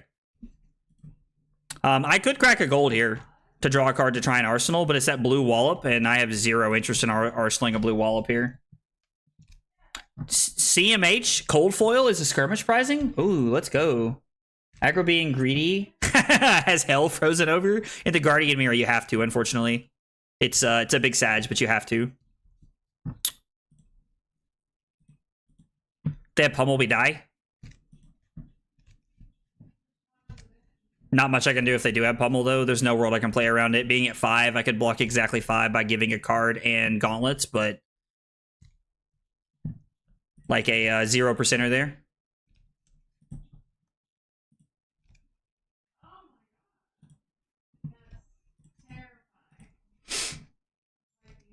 We're going to try and go to 1 here. We're going to try and go to 1 here. Okay, they have a Spinal Crush in Arsenal.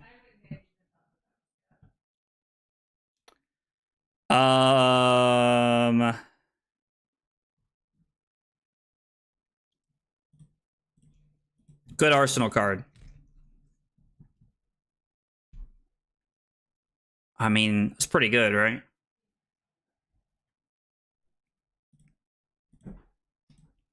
That's a pretty solid one. I like throwing this at him here.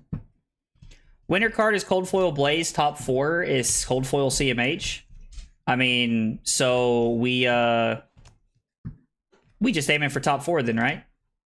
I don't think we've won this. Gonna be honest, I don't think we've won this because my opponent's going to give us 2 cards or me just Crater Fist and that to keep cards. So I really don't think we've won this game, in all honesty.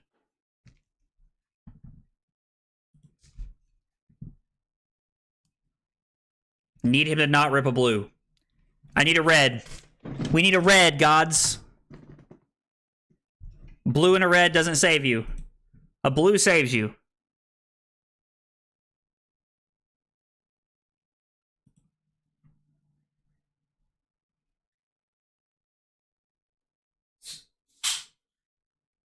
Is there any world I can keep these 2 cards? The answer is just no, right?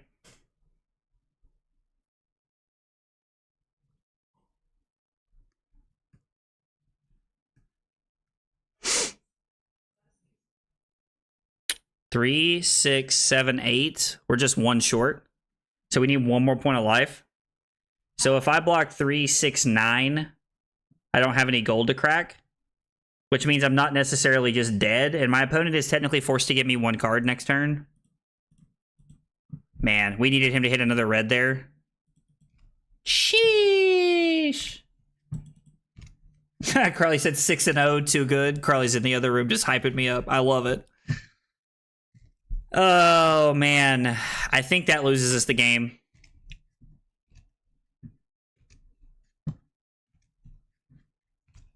Ooh, just a Nick playmat. That's cool.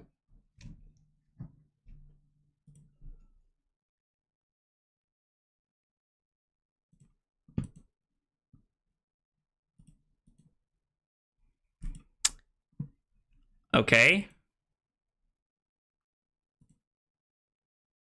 4, 7, 10, 13.